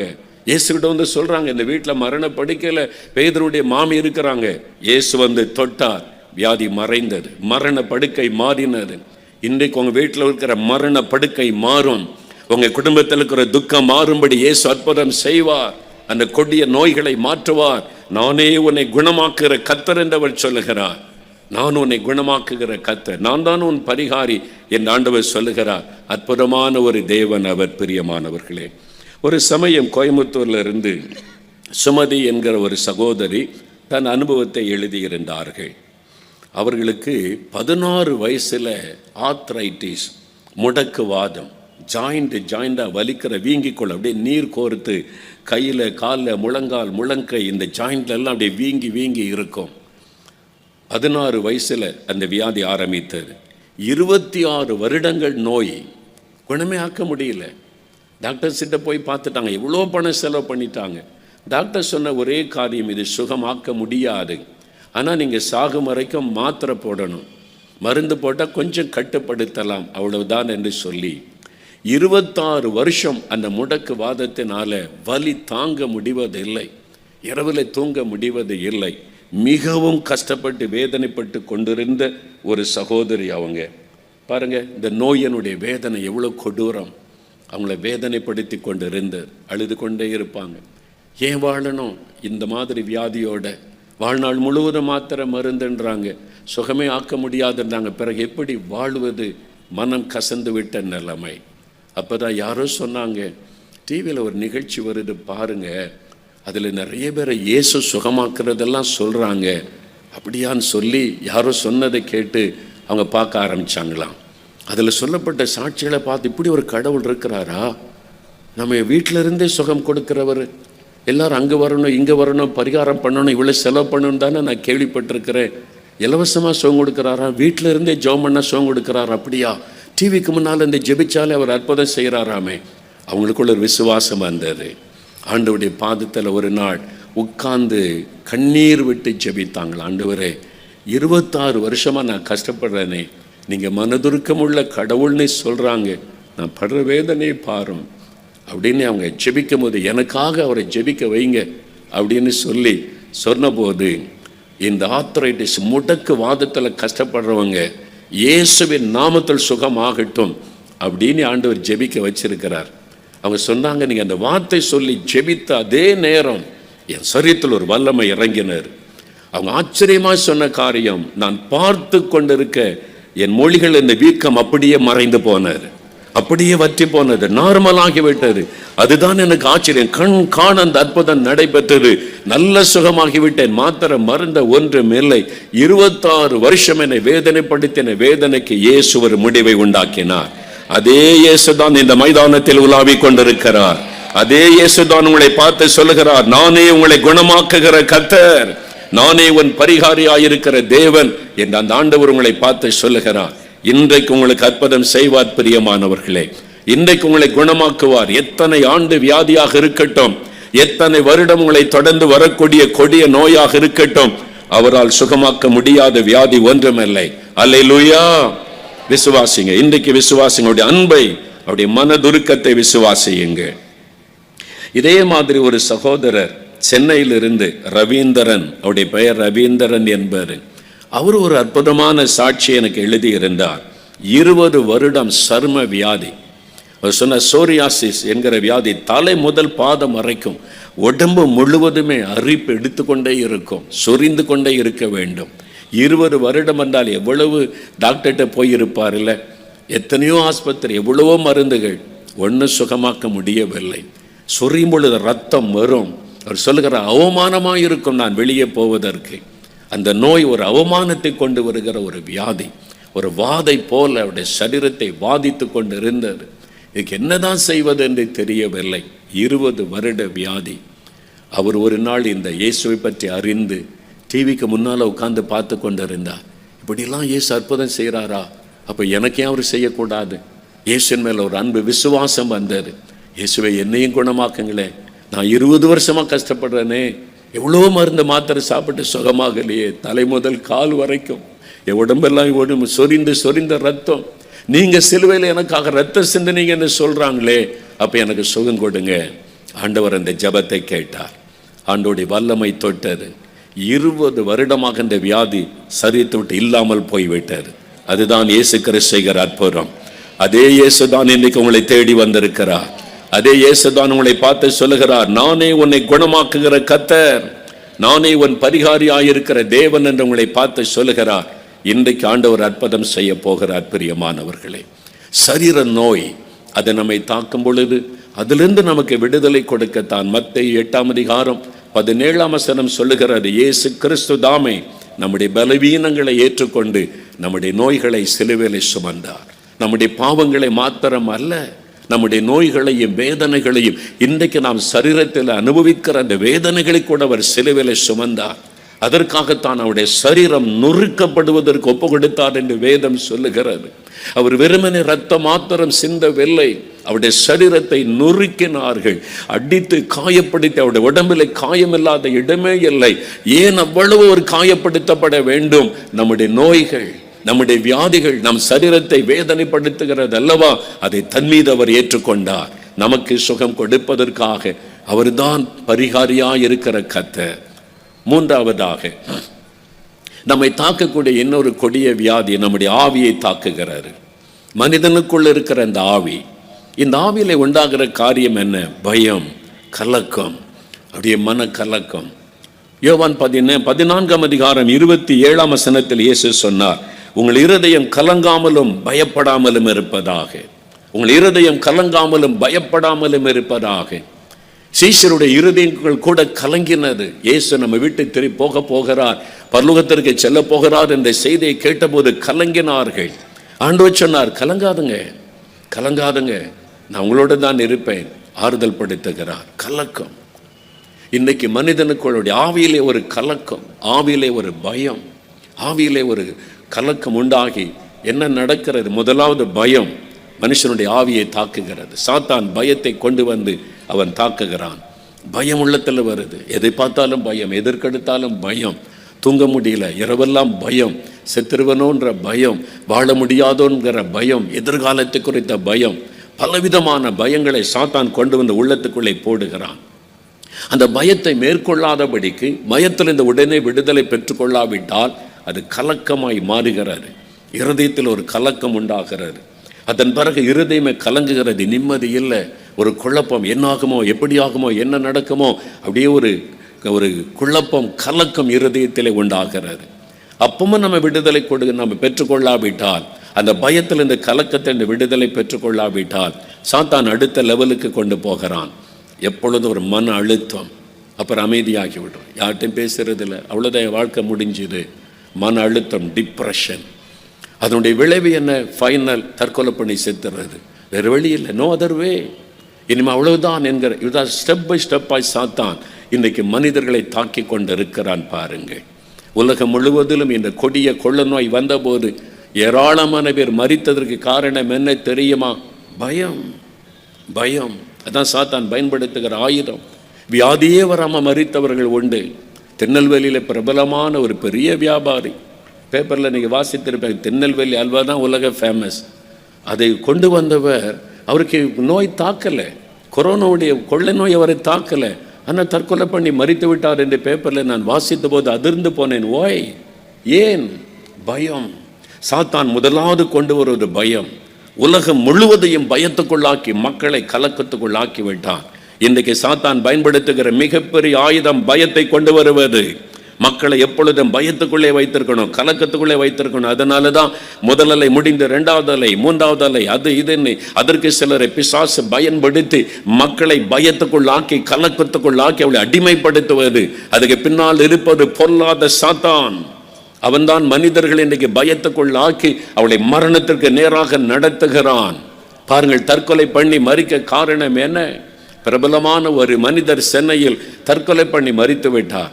ஏன் அவர் மரிக்க வேண்டும் என்று பார்த்தால் கடன்காரங்க இருக்கிறாங்கன்னு சொல்லி தற்கொலை பண்ணினாராம். ஆனால் அந்த பத்திரிகையில் சொல்லப்பட்டு இருக்கிறது, அவர் வாங்கின கடனை விட பல மடங்கு சொத்துக்கள் அவருக்கு இருக்கிறார், பல மடங்கு சொத்துக்கள். பின் ஏன் அவர் மரிக்க வேண்டும்? பொல்லாத ஒரு ஆவி பின்னால் இருந்து கிரியை செய்து மனிதர்களை பாதிக்கிறது. அவனுடைய ஆவியிலே கலக்கத்தை கொண்டு வருகிறது. அவன் எப்பொழுது முயற்சி பண்ணுகிறான் கலங்க பண்ணுவதற்கு. தேவனுடைய பிள்ளைகளை கூட கலங்க பண்ண முயற்சித்து கொண்டே இருக்கிறான். ஆகவே தான் ஆண்டவர் சொல்கிறார், உங்கள் இருதயம் கலங்காதிருப்பதாக, பயப்படாதிருங்கள். முதலாவது ஆண்டவர் சொல்கிற வார்த்தை பயப்படாதிருங்கள். பயப்படாதிருங்கள் என்பது இயேசு கிறிஸ்து தான் அந்த பயத்தின் ஆவிலிருந்து விடுதலை கொடுத்து, நம்மை அந்த நோயிலிருந்து விடுதலை கொடுத்து நம்முடைய உள்ளத்திலே சந்தோஷத்தை கொண்டு வருகிறவர். பாருங்கள், இந்த ஆவியில எப்பொழுதும் ஒரு கலக்கம் சிலருக்கு, காரணமே தெரியல, பயமா இருக்குது, கலங்குது இருது, என்ன ஆயிருமோ, எப்படி ஆயிருமோ. இது சாத்தான் பின்னணியில் இருந்து கிரியை செய்கிற ஒரு காரியம்.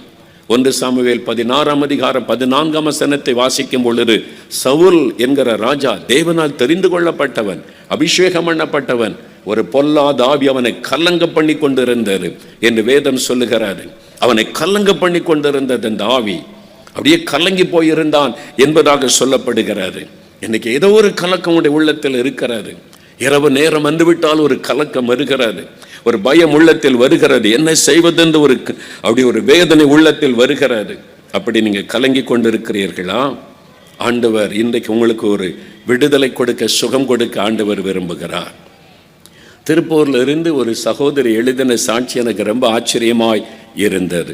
அந்த மகளுடைய பெயரு சுமதி தான். கோயம்புத்தூர்ல இருந்து எழுதின அந்த மகளுடைய பெயரு சுமதி தான். இந்த சாட்சி என் கையில் இருக்கிறது. அவங்க எழுதின அந்த காரியம் ரொம்ப ஆச்சரியமான ஒரு காரியம். அந்த மகள் சொல்றாங்க, திடீரென்று ஒரு பொல்லாத ஆவி அவளை தாக்கினதான்.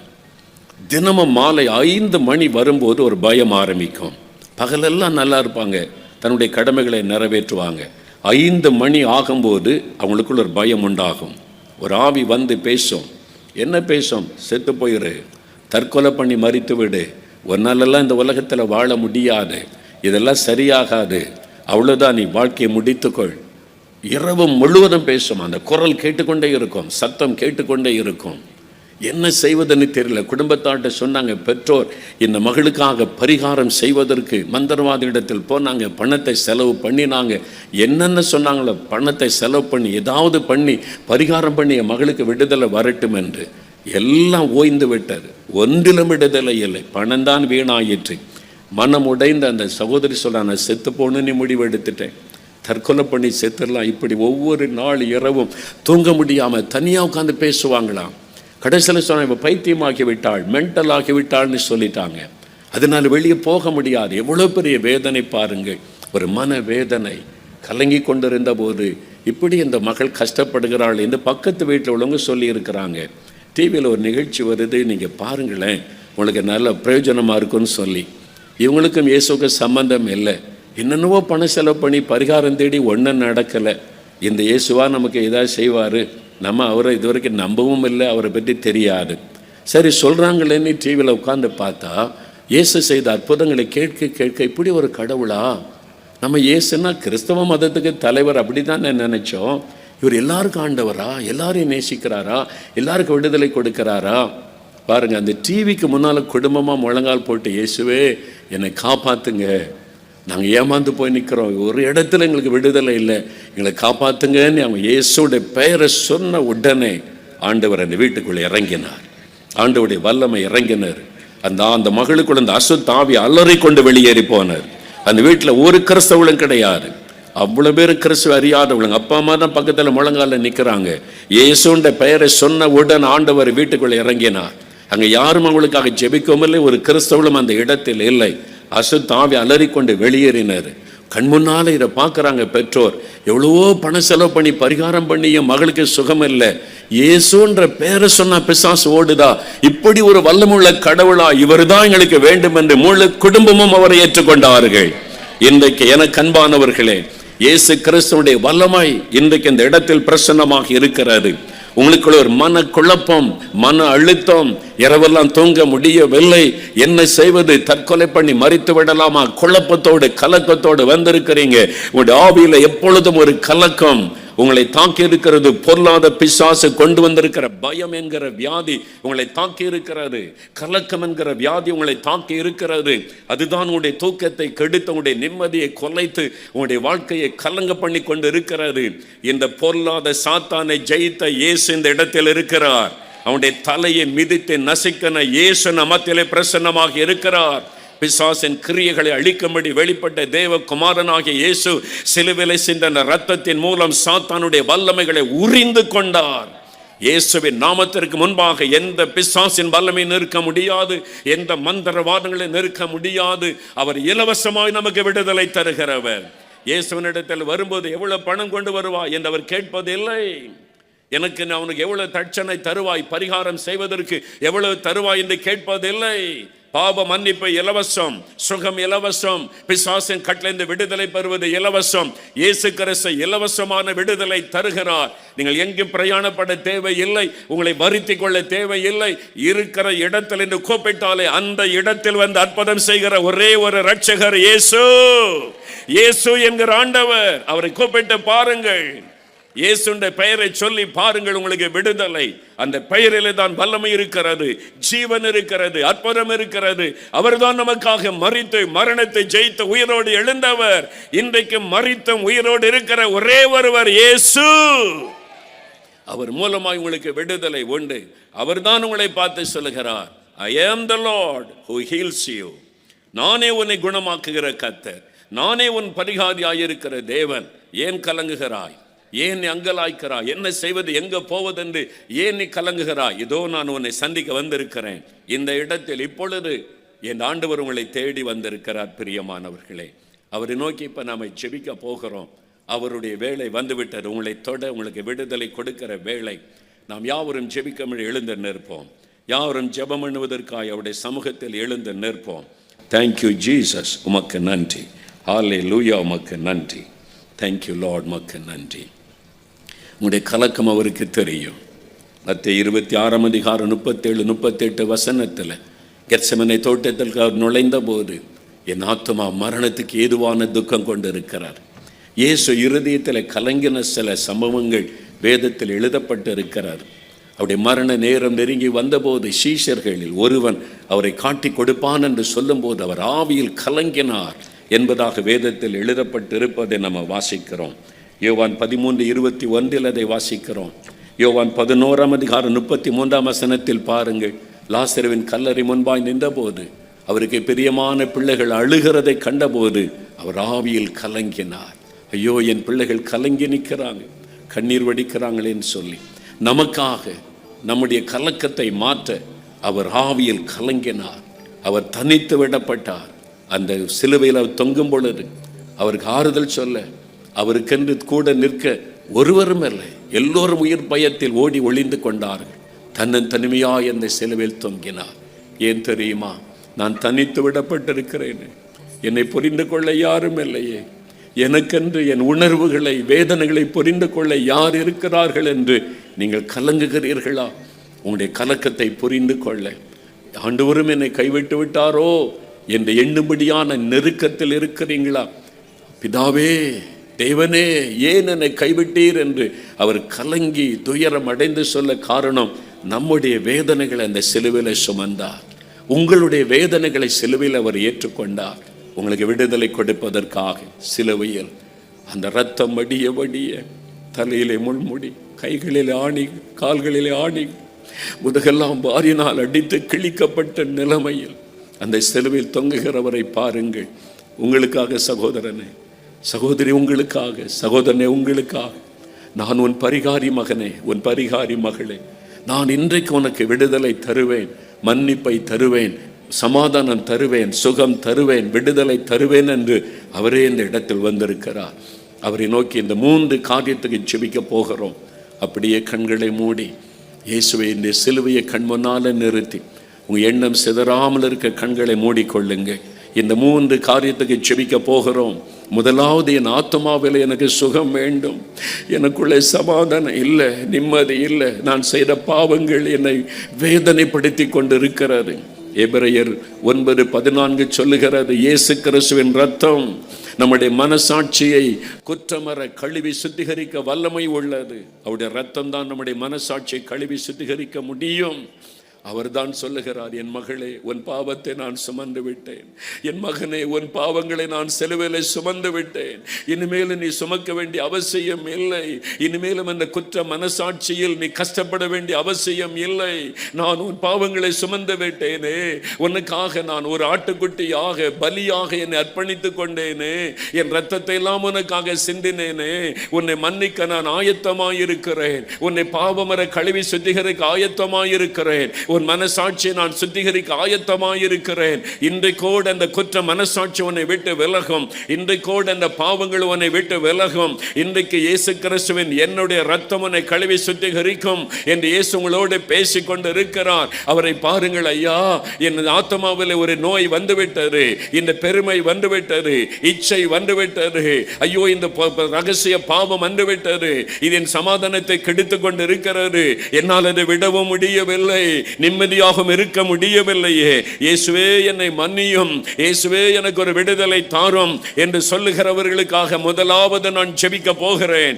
முதலாவது பாவ மன்னிப்பு, முதலாவது உங்களுடைய ஆத்மாவில் விடுதலை, முதலாவது உங்களுடைய ஆத்மா நோயிலிருந்து உங்களுக்கு சுகம், முதலாவது அந்த பாவ கட்டுகள் அறுக்கப்பட வேண்டும். ஐயா என் பாவம் மன்னிக்கப்பட வேண்டும், இந்த பாவத்திலிருந்து விடுதலை வேண்டும், இந்த குற்ற மனசாட்சி என்னை வாதிக்கிறது, பாவத்தை நான் விட முடியாமல் தவிக்கிறேன், இயேசு எனக்கு விடுதலை தர வேண்டும் என்று விரும்புகிறவர்கள், ஒப்பு கொடுக்கிறவர்கள் எத்தனை பேர் உண்டு? நிற்கிற இடத்தில் வலது கரத்தை உயர்த்தி ஜெபம் பண்ணுங்க. நிற்கிற இடத்தில் வலது கரம் உயர்த்தி, இயேசுவே என் ஆத்மாவை உம்முடைய இரத்தத்தினாலே கழுவும், என்னை கழுவும், என் ஆத்மாவை வேதனைப்படுத்துகிற, என் ஆத்மாவிலே சமாதானத்தை கெடுக்கிற இந்த பாவம் என்கிற வியாதி என்னை விட்டு விலகணும், பாவம் என்கிற நோய் என்னை விட்டு விலகணும், உம்முடைய இரத்தத்தினாலே என்னை கழுவணும், என்னை கழுவி சுத்திகரிக்கணும். அப்படி ஒப்பு கொடுக்கிறவங்க வலது கரம் உயர்த்தி ஜெபித்துக் கொண்டிருங்கள். முதலாவது உங்களுக்கு ஜெபிக்க போகிறேன். இதுதான் உங்களுடைய மிகப்பெரிய ஆசீர்வாதம். உங்களுடைய ஆத்மா சுத்திகரிக்கப்பட்டு விட்டால் சரீரத்தில் சுலபமாய் சுகம் வந்துவிடும். இப்பொழுது கரம் உயர்த்தி நிற்கிறவர்கள், முதலாக இயேசுவுக்கு உங்களை ஒப்பு கொடுக்கிறவர்கள், அப்படியே மேடைக்கு அருகிலே முன்னுக்கு வாருங்கள். உங்களுக்காக இடம் ஒதுக்கப்பட்டிருக்கிறது, உங்களுக்காக விசேஷமாய் நான் ஜெபிக்க போகிறேன். அப்படிப்பட்ட கூட்டத்தில் எங்கிருந்தாலும் கரம் உயர்த்தினவர்கள் மேடைக்கு அருகிலே முன்னுக்கு வாருங்கள். வாலிப தம்பி உன்னைத்தான் ஆண்டவர் அழைக்கிறார், வாலிப மகளே உன்னைத்தான். எவ்வளவு நாள் குற்ற மனசாட்சியோடு வாழ போகிறாய், எவ்வளவு நாள் நிம்மதி இல்லாமல் நீ வாழ போகிறாய், எவ்வளவு நாள் இந்த பாவத்தில் தத்தளிக்க போகிறாய். இன்றைக்கு உனக்கு விடுதலை, பாவ மன்னிப்பு, பாவத்தில் இந்த விடுதலை. கூட்டத்தின் எந்த பகுதியில் இருந்தாலும் முன்னுக்கு வாருங்கள். அதிக நேரம் உங்களை நிற்க வைக்க போவதில்லை. இன்னும் சில நிமிட நேரத்தில் கூட்டம் முடிந்துவிடும். வேகமாய் உங்களை அனுப்பிவிடுவோம். முதலாவது இந்த இயேசு எனக்கு வேண்டும், என் ஆத்மாவில் இந்த ரட்சிப்பின் சந்தோஷம் வேண்டும், இயேசுவின் ரத்தம் என் ஆத்மாவை கழுவி சுத்திகரிக்க வேண்டும், அவர் என் பாவ நோயிலிருந்து எனக்கு விடுதலை தர வேண்டும் என்கிறவர்கள் வாருங்கள். குடி நோய், விபச்சாரம் என்கிற நோய், இச்சை என்கிற நோய் உங்களை தாக்கி இருக்கிறது, பண ஆசை என்கிற நோய் உங்களை பாழாக்கி கொண்டு இருக்கிறது. ஒப்பு கொடுத்து முன்னுக்கு வாருங்கள். இன்னும் உங்களுக்காக நான் காத்திருக்கிறேன். ஆண்டவருடைய மகிமையின் பிரசன்னம் இந்த மைதானம் முழுவதிலும் இறங்கி இருக்கிறது. இதன் பிறகு உங்களுடைய நோயில் இந்த விடுதலைக்காக ஜெபிக்க போகிறேன், சரீரத்திலே சுகத்துக்காக ஜெபிக்க போகிறோம். முதலாவது உங்களுடைய ஆத்மாவிலே விடுதலை, ஆத்மாவிலே விடுதலை. முன்னால் வந்தவர்கள் வலதுகரம் உயர்த்தி, இயேசுவே உங்க ரத்தத்தினால என்னை கழுவுங்க, உங்க ரத்தத்தினால என்னை கழுவுங்க ஆண்டவரே, உங்க ரத்தத்தினால என்னை கழுவுங்க. எனக்காக நீங்க பாவமானீங்களே, என் பாவத்தெல்லாம் சுமந்தீங்களே, உங்க ரத்தத்தினால என்னை கழுவுங்க. கேளுங்க இயேசுவே உங்க ரத்தத்தினால என்னை கழுவுங்க, இயேசுவே உங்க ரத்தத்தினால என்னை கழுவுங்க. கேளுங்க இப்பொழுது. இதோ இயேசு கிறிஸ்துவின் ரத்தம் சகல பாவங்களை நீக்கி நம்மை சுத்திகரிக்கும். அவருடைய ரத்தத்தின் வல்லமை இறங்கி கொண்டிருக்கிறது. பரலோகமே உங்களை நோக்கி பார்த்து கொண்டிருக்கிறது. இதோ பலத்த வல்லமை இறங்கி கொண்டிருக்கிறது.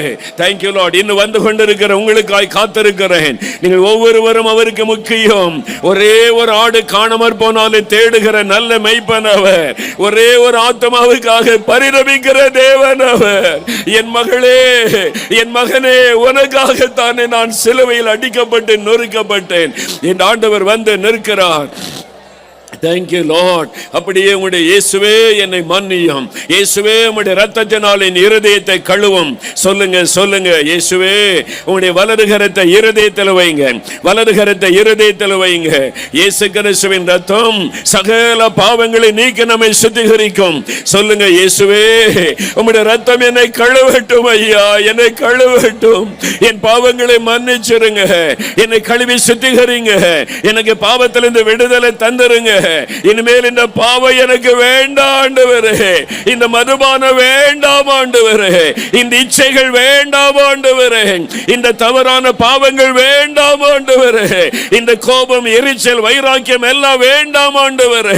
இயேசுவே என்னை கழுவுங்க, இரத்தத்தினால என் இருதயத்தை கழுவுங்க.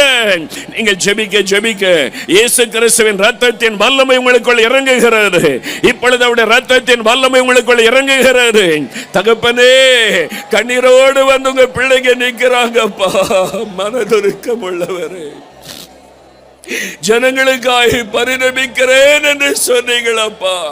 கண்ணீரோடு வந்து இந்த பிள்ளைகள் உங்களுடைய பாதத்தில் நிற்கிறாங்க ஆண்டவரே. நீர் மனதுருக்கமுள்ள தேவன் அல்லவா? உங்க ரத்தத்தினால அவளை கழுவுங்க.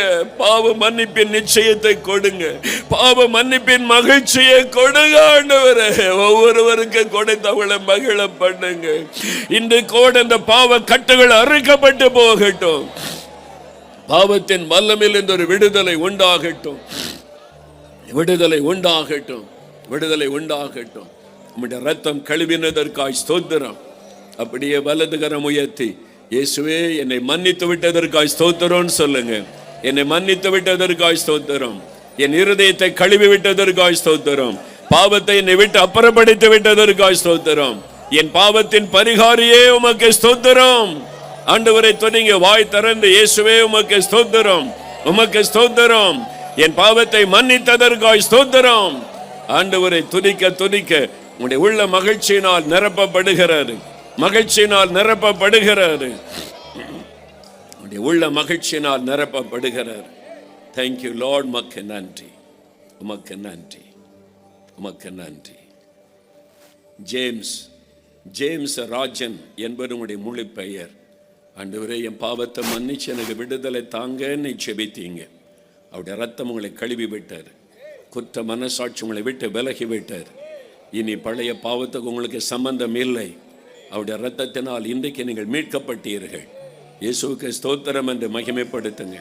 என் பாவமும் மன்னிக்கப்படுமான்னு நினைச்சீங்க, அவர் உங்களை மன்னித்து மகிழ பண்ணி இருக்கிறார். மல்லிகா, இயேசு கிறிஸ்துவின் ரத்தம் உங்களை கழுவி சுத்திகரித்திருக்கிறது. மல்லிகா, உங்களுடைய மனசாட்சியில் எப்பொழுதுமே ஒரு வேதனை, அந்த பாவத்தை குறித்த பாரம் அழித்து கொண்டு இருந்தது. இன்னைக்கு உங்களுக்கு விடுதலை, உங்களுடைய இருதயம் லகுவாகி விட்டது. இயேசுவே ஸ்தோத்திரம். ஆண்டவரை மகிமைப்படுத்துங்க, மகிமைப்படுத்துங்க. சபீதா, சபீதா என்கிற வாலிப மகள், இயேசு கிறிஸ்துவின் ரத்தம் உன்னை கழுவி விட்டது மகளே. அவர் உன்னை மன்னித்து மறுபடியும் உன்னை அணைத்து கொண்டார். இனி பாவம் செய்யாதபடி அவரே உன்னை பாதுகாப்பேன் என்று வாக்கு கொடுக்கிறார். நீ பயப்படாத. இயேசுவே ஸ்தோத்திரம் என்று அவரை மகிமைப்படுத்து. அவருடைய ரத்தம் உன்னை கழுவினதற்காய் ஸ்தோத்திரம், ஸ்தோத்திரம். Thank you Lord. அடுத்த சுகத்திற்காக, சரீர சுகத்துக்காக ஜெபிக்க போகிறோம். அதுக்கு முன்னால் எவ்வளோ சந்தோஷம். இப்பொழுது பாவங்கள், சாபங்கள், கோபங்கள் எல்லாம் பரிகரித்தாரே. தேவாதி தேவனின் உள்ளத்தில் வந்து என்னை தேற்றிவிட்டாரே. என்ன என் ஆனந்தம், சந்தோஷமா என்ற அடியை பாடின பிறகு சுகத்துக்காக ஜெபிக்க போகிறோம். அப்படியே கரந்தட்டி நின்ற வண்ணமாய் பாடுவோம். பாவங்கள், சாபங்கள், கோபங்கள் எல்லாம் பரிகரித்தாரே. பாவங்கள், சாபங்கள், கோபங்கள் எல்லாம் பரிகரித்தாரே. தேவாதி தேவன் என் உள்ளத்தில் வந்து தேற்றியே விட்டாரே. தேவாதி தேவன் என் உள்ளத்தில் வந்து தேற்றியே விட்டாரே. பாவங்கள், சாபங்கள், கோபங்கள் எல்லாம் பரிகரித்தாரே. பாவங்கள், சாபங்கள், கோபங்கள் எல்லாம் பரிகரித்தாரே. தேவாதி தேவன் என் உள்ளத்தில் வந்து தேற்றியே விட்டாரே. தேவாதி ஆதிதேவன் உள்ளத்தில் வந்து வெற்றியே விட்டாரே. என்ன என் ஆனந்தம், என்ன என் ஆனந்தம் சொல்லக்கூடாதே. என்ன என் ஆனந்தம், என்ன என் ஆனந்தம் சொல்லக்கூடாதே. மன்னன் கிறிஸ்து என் பாவத்தை எல்லாம் மன்னித்து விட்டாரே. மன்னன் கிறிஸ்து என் பாவத்தை எல்லாம் மன்னித்து விட்டாரே. மன்னன் கிறிஸ்து என் பாவத்தை எல்லாம் மன்னித்து விட்டாரே. பாவ நோய் ஒளிந்தது இயேசுவின் நாமத்தினாலே. ஹல்லேலூயா. மெய்யான சந்தோஷம் உள்ளத்தில் வந்தது. ஹல்லேலூயா. இயேசுவுக்கு ஸ்தோத்திரம். அடுத்து உங்களுடைய சரீரத்தை தாக்கி இருக்கிற நோய், ஏதோ ஒரு பலவீனம், ஏதோ ஒரு வியாதி, ஆஸ்துமா வியாதியா இருக்கலாம், ஆர்த்ரைட்டிஸ் முடக்குவாதமாக இருக்கலாம், இருதயம் பாதிப்பாக இருக்கலாம், சோரியாசிஸ் சரும நோயாக இருக்கலாம், உங்களுடைய நுரையீரல் பாதிக்கப்பட்டிருக்கலாம், கல்லீரல், உங்களுடைய சிறுநீரகம் பாதிக்கப்பட்டிருக்கலாம், கர்ப்பப்பை பாதிக்கப்பட்டிரு, கண்கள் பாதிக்கப்பட்ட ஒரு வேதனை, காதல பிரச்சனை, எந்த இடத்துல வியாதி இருக்கிறதோ அந்த இடத்துல கை வைத்து நாம் ஒரு 5 நிமிடம் செபிக்க போகிறோம். இயேசுன்ற நாமத்தை சொல்லி கூப்பிட போகிறோம். இயேசுவே என்னை தொடும், இந்த நோயில் இந்த விடுதலை கொடுக்க சிலுவிலே மரித்தீரே என்று வியாதி உள்ள இடத்துல கை வைத்துக் கொள்ளுங்க. கண்களில் சுக வேண்டும் என்றால் கண்களில் கை வைங்க. காதல சுக வேண்டும் என்றால் காதல விரல் வைத்துக் கொள்ளுங்க. இருதயத்தில் சுக வேண்டும் என்றால் இருதயத்தில் கை வையுங்க. குடலிலே சுக வேண்டும் என்றால் வயிற்று பகுதியில் கை வைத்துக் கொள்ளுங்க. எந்த இடத்துல வியாதி, எந்த இடத்துல வலிகள், எந்த இடத்துல கட்டிகள், கழுத்தில் கட்டி, மார்பல கட்டி, தலையில கட்டிகள், இப்பொழுது அந்த கட்டிகள் மறைய போகிறது. கேன்சர் கட்டிகள், டிபி கட்டிகள், தைராய்டு கட்டிகள் மறைய போகிறது. இயேசுவின் நாமத்தில், இயேசுவின் நாமத்தில் உடைய கண்கள் திறக்கப்பட போகிறது. கண்கள் பொது கண்களாக இயேசுவின் நாமத்தில் மாற போகிறது. உடைய காதுகள் இயேசுவின் நாமத்தில் திறக்கப்பட போகிறது. இருதயம் இயேசுவின் நாமத்தில் புதிதாய் மாற போகிறது. உடைய சரீரத்தை வேதனைப்படுத்திக் கொண்டிருக்கிற நோய்கள் விலக போகிறது. அந்தந்த இடத்துல கை வைத்துக் கொள்ளுங்கள். இயேசுவே என்னை தொடும், இயேசுவே எனக்கு விடுதலை தாரும், இயேசுவின் நாமத்தில் சுகம் உண்டாவதாக. இயேசு இயேசு இயேசு இயேசு அந்த பெயரை சொல்ல சொல்ல ஆண்டவருடைய வல்லமை இறங்குகிறது. சுகமளிக்கிற வல்லமை இறங்குகிறது. இயேசுவின் சுகமளிக்கிற வல்லமை மேல இறங்கி கொண்டு இருக்கிறது. நசரேயனாகிய இயேசு கிறிஸ்துவின் நாமத்தினாலே சகல நோய்களும் விலகுவதாக. என் நாமத்தினால் எதை கேட்டாலும் செய்வேன் என்று சொன்னீரே. நசரேயனாகிய இயேசு கிறிஸ்துவின் வல்லமுள்ள நாமத்தினாலே தலைமுதல் கால் வரைக்கும் சுகமளிக்கிற வல்லமை இறங்குவதாக. சகல நோய்களும் விலகுவதாக. இயேசுவின் நாமத்தினாலே சுகம் உண்டாகட்டும். இயேசு கிறிஸ்துவின் நாமத்தினாலே விடுதலை உண்டாகட்டும். இயேசு கிறிஸ்துவின் நாமத்தினாலே பொல்லாத கேன்சர் வியாதிகள் மறைந்து போவதாக. கட்டிகள் மறையட்டும் இயேசுவின் நாமத்தில். கேன்சர் கட்டிகள் மறையட்டும் இயேசுவின் நாமத்தில். டிபி கட்டிகள் மறைந்து போகட்டும் இயேசுவின் நாமத்தில். தைராய்டு கட்டிகள் மறைவதாக இயேசுவின் நாமத்தில். தலையிலே காணப்படுகிற வலிகள் விலகட்டும்.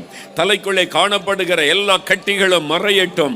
பிரெயின் டியூமர் இயேசுவின் நாமத்தில் மறைவதாக. பிரெயின் டியூமர் இயேசுவின் நாமத்தில் மறைவதாக. தலைக்குள்ளே கட்டியோடு யாரோ ஜெபிக்கிறீர்கள். இயேசு கிறிஸ்துவின் நாமத்தில் ஆண்டவருடைய வல்லமை தலைக்குள்ளே இறங்குகிறது. இப்பொழுது அந்த கட்டி மறைகிறது இயேசுவின் நாமத்தில். கழுத்தில் இருக்கிற கட்டி மறைகிறது. தைராய்டு கட்டி மறைகிறது இயேசுவின் நாமத்தில். உங்களுக்கு ஆபரேஷன் அவசியம் இல்லை. இயேசு அந்த கட்டியை எடுத்து போடுகிறார். விடுதலை பெற்றுக் கொள்ளுகிறீர்கள். இப்பொழுது மார்பில் இருக்கிற கேன்சர் கட்டி மறைகிறது இயேசுவின் நாமத்தில். வயிற்றில் இருக்கிற கட்டிகள் மறைகிறது இயேசுவின் நாமத்தில். தலையில் காணப்படுகிற கட்டிகள் இயேசுவின் நாமத்தில் மறைந்து போவதாக. கைகளிலே கால்களிலே காணப்படுகிற கட்டிகள் இயேசு கிறிஸ்துவின் நாமத்தில் மறைந்து போவதாக. ஆண்டவர் அதை எடுத்து போடுவீராக. இப்பொழுது எலும்புகளை ஆண்டவர் தொடுகிறார். பொல்லாத ஆர்த்ரைட்டிஸ் வியாதி மறைகிறது. முடக்குவாத நோய்கள் விலகுகிறது. கைகளை கால்களை முடக்கி வைத்திருக்கிற பொல்லாத ஆவிகளை கடிந்து கொள்கிறேன் இயேசுவின் நாமத்தில். அந்த முடக்குவாத நோய்களை கொண்டு வருகிற பொல்லாத ஆவியே விலகி போ இயேசுவின் நாமத்தில் என்று கடிந்து கொள்ளுகிறேன். கைகளிலே சுகம் உண்டாவதாக, கால்களிலே சுகம் உண்டாவதாக, பயன்படுத்த முடியாத கைகள் சுகம் அடைவதாக, பயன்படுத்த முடியாத கால்கள் சுகம் அடைவதாக, முடக்கப்பட்டிருக்கிற விரல்கள் சுகம் அடையட்டும் இயேசுவின் நாமத்தில். நடக்க முடியாதவர்கள் இயேசுவின் நாமத்தில் எழும்பி நடப்பார்களாக, கால்கள் பலன் கொள்ளுவராக. இயேசுவின் நாமத்தில் விடுதலை. இயேசு கிறிஸ்துவின் நாமத்தில் எலும்புகளிலே நரம்புகளிலே காணப்படுகிற வலிகள் மறைவதாக. நரம்பு மண்டலங்கள் சுகம் அடையட்டும். எலும்புகளிலே சுகம் உண்டாகட்டும். தலை முதல் கால் வரை வல்லமை இறங்கட்டும். பொல்லாத சர்ம நோய்கள் மறைவதாக. ஊரல் வியாதிகள் இயேசுவின் நாமத்தில் மறைந்து போவதாக. பாதிக்கப்பட்ட இருதயம் சுகம் அடையட்டும் இயேசுவின் நாமத்தில். இருதயத்திலே சுகம் உண்டாவதாக. நுரையீரல் பாதிப்புகள் மாறட்டும் இப்பொழுது இயேசுவின் நாமத்தில். புதிய நுரையீரலாய் மாறட்டும். கல்லீரல் பாதிக்கப்பட்ட சகோதரனை தொடுவீராக இயேசுவின் நாமத்தில். கல்லீரல் சுகம் அடைவதாக. சிறுநீரகம் பாதிக்கப்பட்டவளை தொடுவீராக இயேசுவின் நாமத்தில். இந்த சிறுநீரகங்கள் இயங்கட்டும் இயேசுவின் நாமத்தில். கர்ப்பப்பையில் இருக்கிற பிரச்சனைகள் மாறட்டும். கட்டிகள் மறையட்டும் இயேசுவின் நாமத்தில். இப்பொழுது தலை முதல் கால் வரை சுகமளிக்கிற வல்லமை இறங்குவதாக. சகல நோய்களும் விலகுவதாக. வியாதிப்பட்ட குழந்தைகளை தொடுவீராக. வியாதிப்பட்ட குழந்தைகள் இயேசு கிறிஸ்துவின் நாமத்தில் சுகம் அடைவார்களாக. பேச முடியாத குழந்தைகள் பேசட்டும் இயேசுவின் நாமத்தில். நடக்க முடியாத குழந்தைகள் நடக்கட்டும் இயேசுவின் நாமத்தில். அற்புத சுகம் உண்டாவதாக. உம்முடைய வல்லமை தொட்டு கொண்டு இருக்கிறதற்காய் நன்றி. அப்படி எல்லாரும் வலதுகரம் உயர்த்தி, இயேசுவே என்னை தொடுகிறதற்காய் ஸ்தோத்திரம், என்னை குணமாக்குகிறதற்காய் ஸ்தோத்திரம். நீங்க துதிக்க வல்லமை மைதானம் எங்கிலும் இறங்கி கொண்டிருக்கிறாரு. ஆண்டவருடைய வல்லமை வெளிப்பட்டு கொண்டிருக்கிறாரு. ஆண்டவருடைய பலத்தை சுகமளிக்கிற வல்லமை வெளிப்பட்டு அநேகர் விடுதலை அடைந்து கொண்டிருக்கிறீங்க. சிலரை விட்டு அசுத்த ஆவிகள் வெளியேறுகிறாரு. சிலரை விட்டு பலவீனப்படுத்துகிற ஆவிகள் வெளியேறுகிறாரு. பயத்தின் ஆவிகள் இப்பொழுதே வெளியேறுகிறாரு. தற்கொலை தோண்டுகிற ஆவிகள் இப்பொழுதே வெளியேறுகிறாரு. விடுதலை பெற்றுக் கொண்டிருக்கிறீங்க. இப்பொழுது விடுதலை உண்டாகி கொண்டிருக்கிறாரு. இயேசுவே ஸ்தோத்திரம் என்று ஆண்டவரை மகிமைப்படுத்துங்க, மகிமைப்படுத்துங்க. ஆண்டவருடைய வல்லமை பலமாய் இறங்கி கொண்டிருக்கிறாரு, பலமாய் இறங்கி கொண்டிருக்கிறாரு. Thank you Lord. உம்முடைய வல்லமைக்காக நன்றி. நீர் கொடுத்து கொண்டிருக்கிற விடுதலைக்காக உமக்கு ஸ்தோத்திரம். உமக்கு நன்றி ஆண்டவரே, உமக்கு நன்றி தகப்பனே, உமக்கு நன்றி ஆண்டவரே, உமக்கு ஸ்தோத்திரம், உமக்கு ஸ்தோத்திரம் ஆண்டவரே, உமக்கு நன்றி. Thank you Lord, உமக்கு நன்றி. Thank you Lord.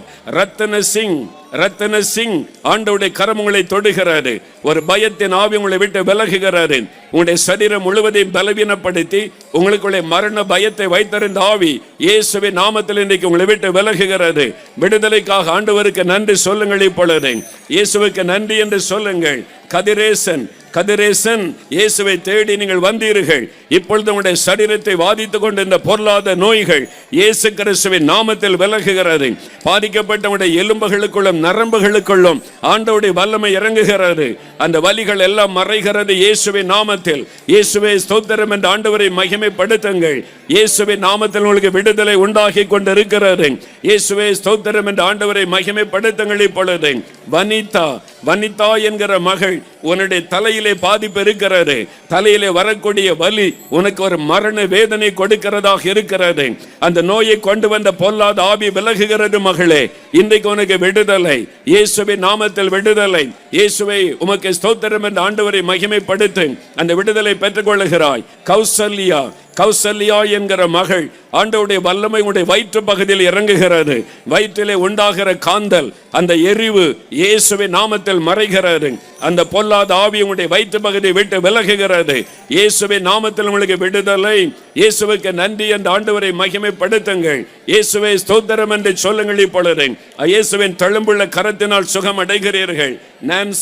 நான்சி என்கிற ஒரு மகள் டீச்சராக நீங்கள் பணி செய்கிறீர்கள். உங்களுடைய விரல்களில் உண்டாயிருக்கிற வலிகள், உங்களுடைய ஜாயிண்டுகளில் உண்டாயிருக்கிற வலிகள் இயேசு கிறிஸ்துவின் நாமத்தில் இப்பொழுது மறைகிறது. விடுதலை சுகத்தை பெற்றுக் கொள்ளுகிறீர்கள். இயேசுவே ஸ்தோத்திரம் என்று ஆண்டவரை மகிமைப்படுத்துங்கள். கீதா என்கிற மகள் உன்னுடைய எலும்புகளும் பாதிக்கப்பட்டு ஜாயிண்டுகளில் உண்டான வலியினால் கஷ்டப்பட்டு இயேசுவே என்னையும் தொடும் என்று ஜெபிக்கிற மகளே, இயேசுவே நாமத்தில் இப்பொழுது உங்களுக்கு விடுதலை. இயேசுவே ஸ்தோத்திரம் என்று ஆண்டவரை மகிமைப்படுத்துங்கள். வாய் திறந்து கர்த்தரை துதியுங்கள். விடுதலை பெற்றுக் கொள்ளுகிறீர்கள். இப்பொழுது புஷ்பா என்கிற மகள் உன்னுடைய கால்களுக்குள் ஆண்டவருடைய வல்லமை இறங்குகிறது. பலவீனப்பட்ட அந்த கால்கள், அந்த எலும்பில் உள்ள வலிகள் இயேசுவின் நாமத்தில் மாறுகிறது. எலும்பி நடங்க, அந்த வலி விலகிவிட்டது. எலும்பி நடங்க. ஆண்டவருடைய வல்லமை கால்களுக்குள் இறங்கி விடுதலை தந்து விட்டதற்காக இயேசுவுக்கு ஸ்தோத்திரம் என்று ஆண்டவரை மகிமைப்படுத்துங்கள். ஆண்டவர் தொட்டு விட்டார். எஸ்தர் என்கிற மகளை ஆண்டவர் தொடுகிறார். எஸ்தர் ராணி என்பது மொழி பெயர். எஸ்தர் என்று அழைக்கப்படுகிறீர்கள். ஆண்டவருடைய வல்லமைகளுக்குள் பாய்ந்து வருகிறது. முதுகு எலும்பிலே காணப்பட்ட வலி, ஸ்பைனல் கார்டு பிரச்சனையினால் மனவேதனையோடு வந்திருக்கிறீர்கள். இயேசுவின் நாமத்தில் உங்களுக்கு விடுதலை. இயேசுவே ஸ்தோத்திரம் என்று ஆண்டவரை மகிமைப்படுத்துங்கள். அவருடைய தழும்புகளால் இப்பொழுது குணமாகிறீர்கள். இயேசுவுக்கு ஸ்தோத்திரம் என்று சொல்லுங்கள்.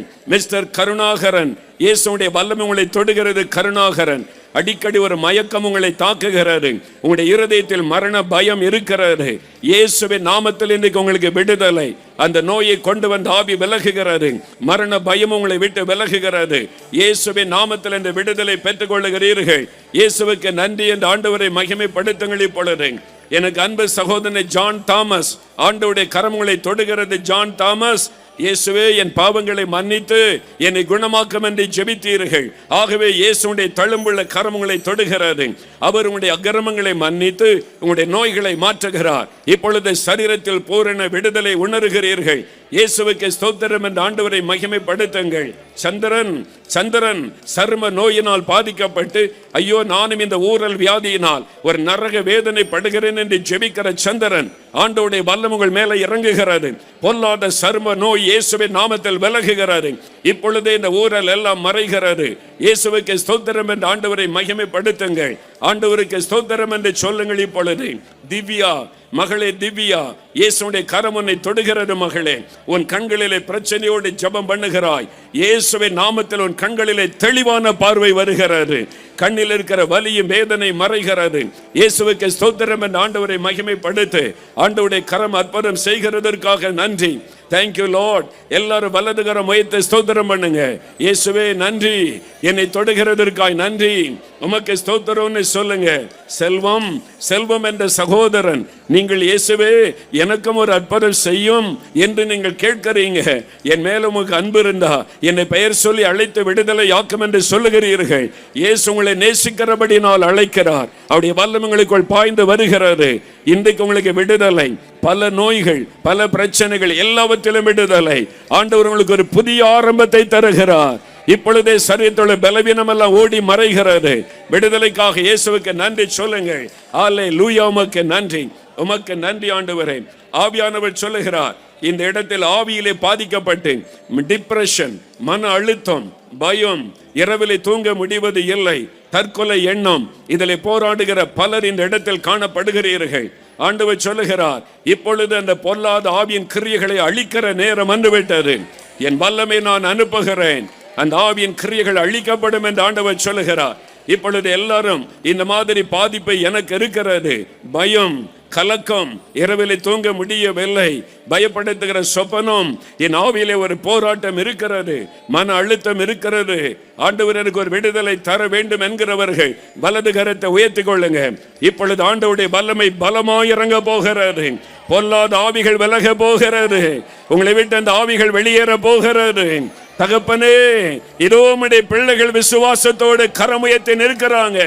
எங்கள் மத்தியிலே வந்திருக்கிற இயேசு கிறிஸ்துவின் நாமத்தில் பொல்லாத சாத்தானுடைய தலையை மிதித்து உயிர்த்தெழுந்த இயேசு கிறிஸ்துவின் நாமத்தில் மன அழுத்தத்தை கொண்டு வரக்கூடிய ஆவிகளை கடிந்து கொள்ளுகிறேன்.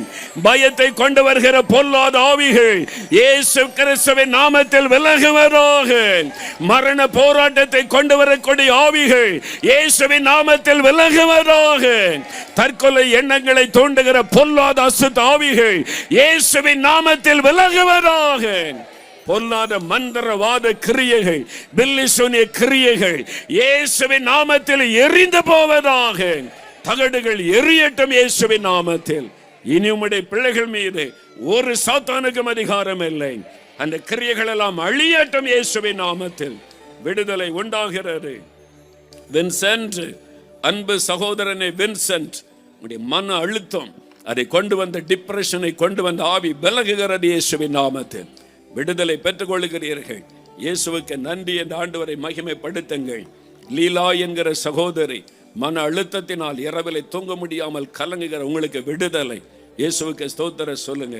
எல்லாரும் வலதுகரம் உயர்த்தி ஒரு நிமிடம் ஸ்தோத்திரம் பண்ணுங்க. இயேசுவே உமக்கு நன்றி, என்னை தொட்டதற்காய், விடுதலை தந்ததற்காய் ஸ்தோத்திரம், அற்புதம் செய்து விட்டதற்காய் ஸ்தோத்திரம்.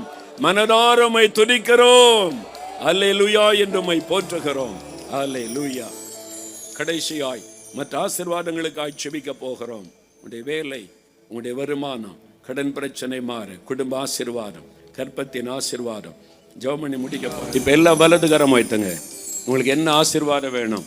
வேலை காரியம், பிள்ளைகளுடைய திருமண காரியம், கற்பத்தின் ஆசீர்வாதம், அது கடன் பிரச்சனை மாறணும், பிசினஸ் காரியம், உங்களுடைய பிள்ளைகளுடைய படிப்பின் காரியம், எந்த ஒரு ஆசீர்வாதம் வேணுமோ இவ்வளவு அற்புதம் செய்த இயேசு இங்கே தான் இருக்கிறார்.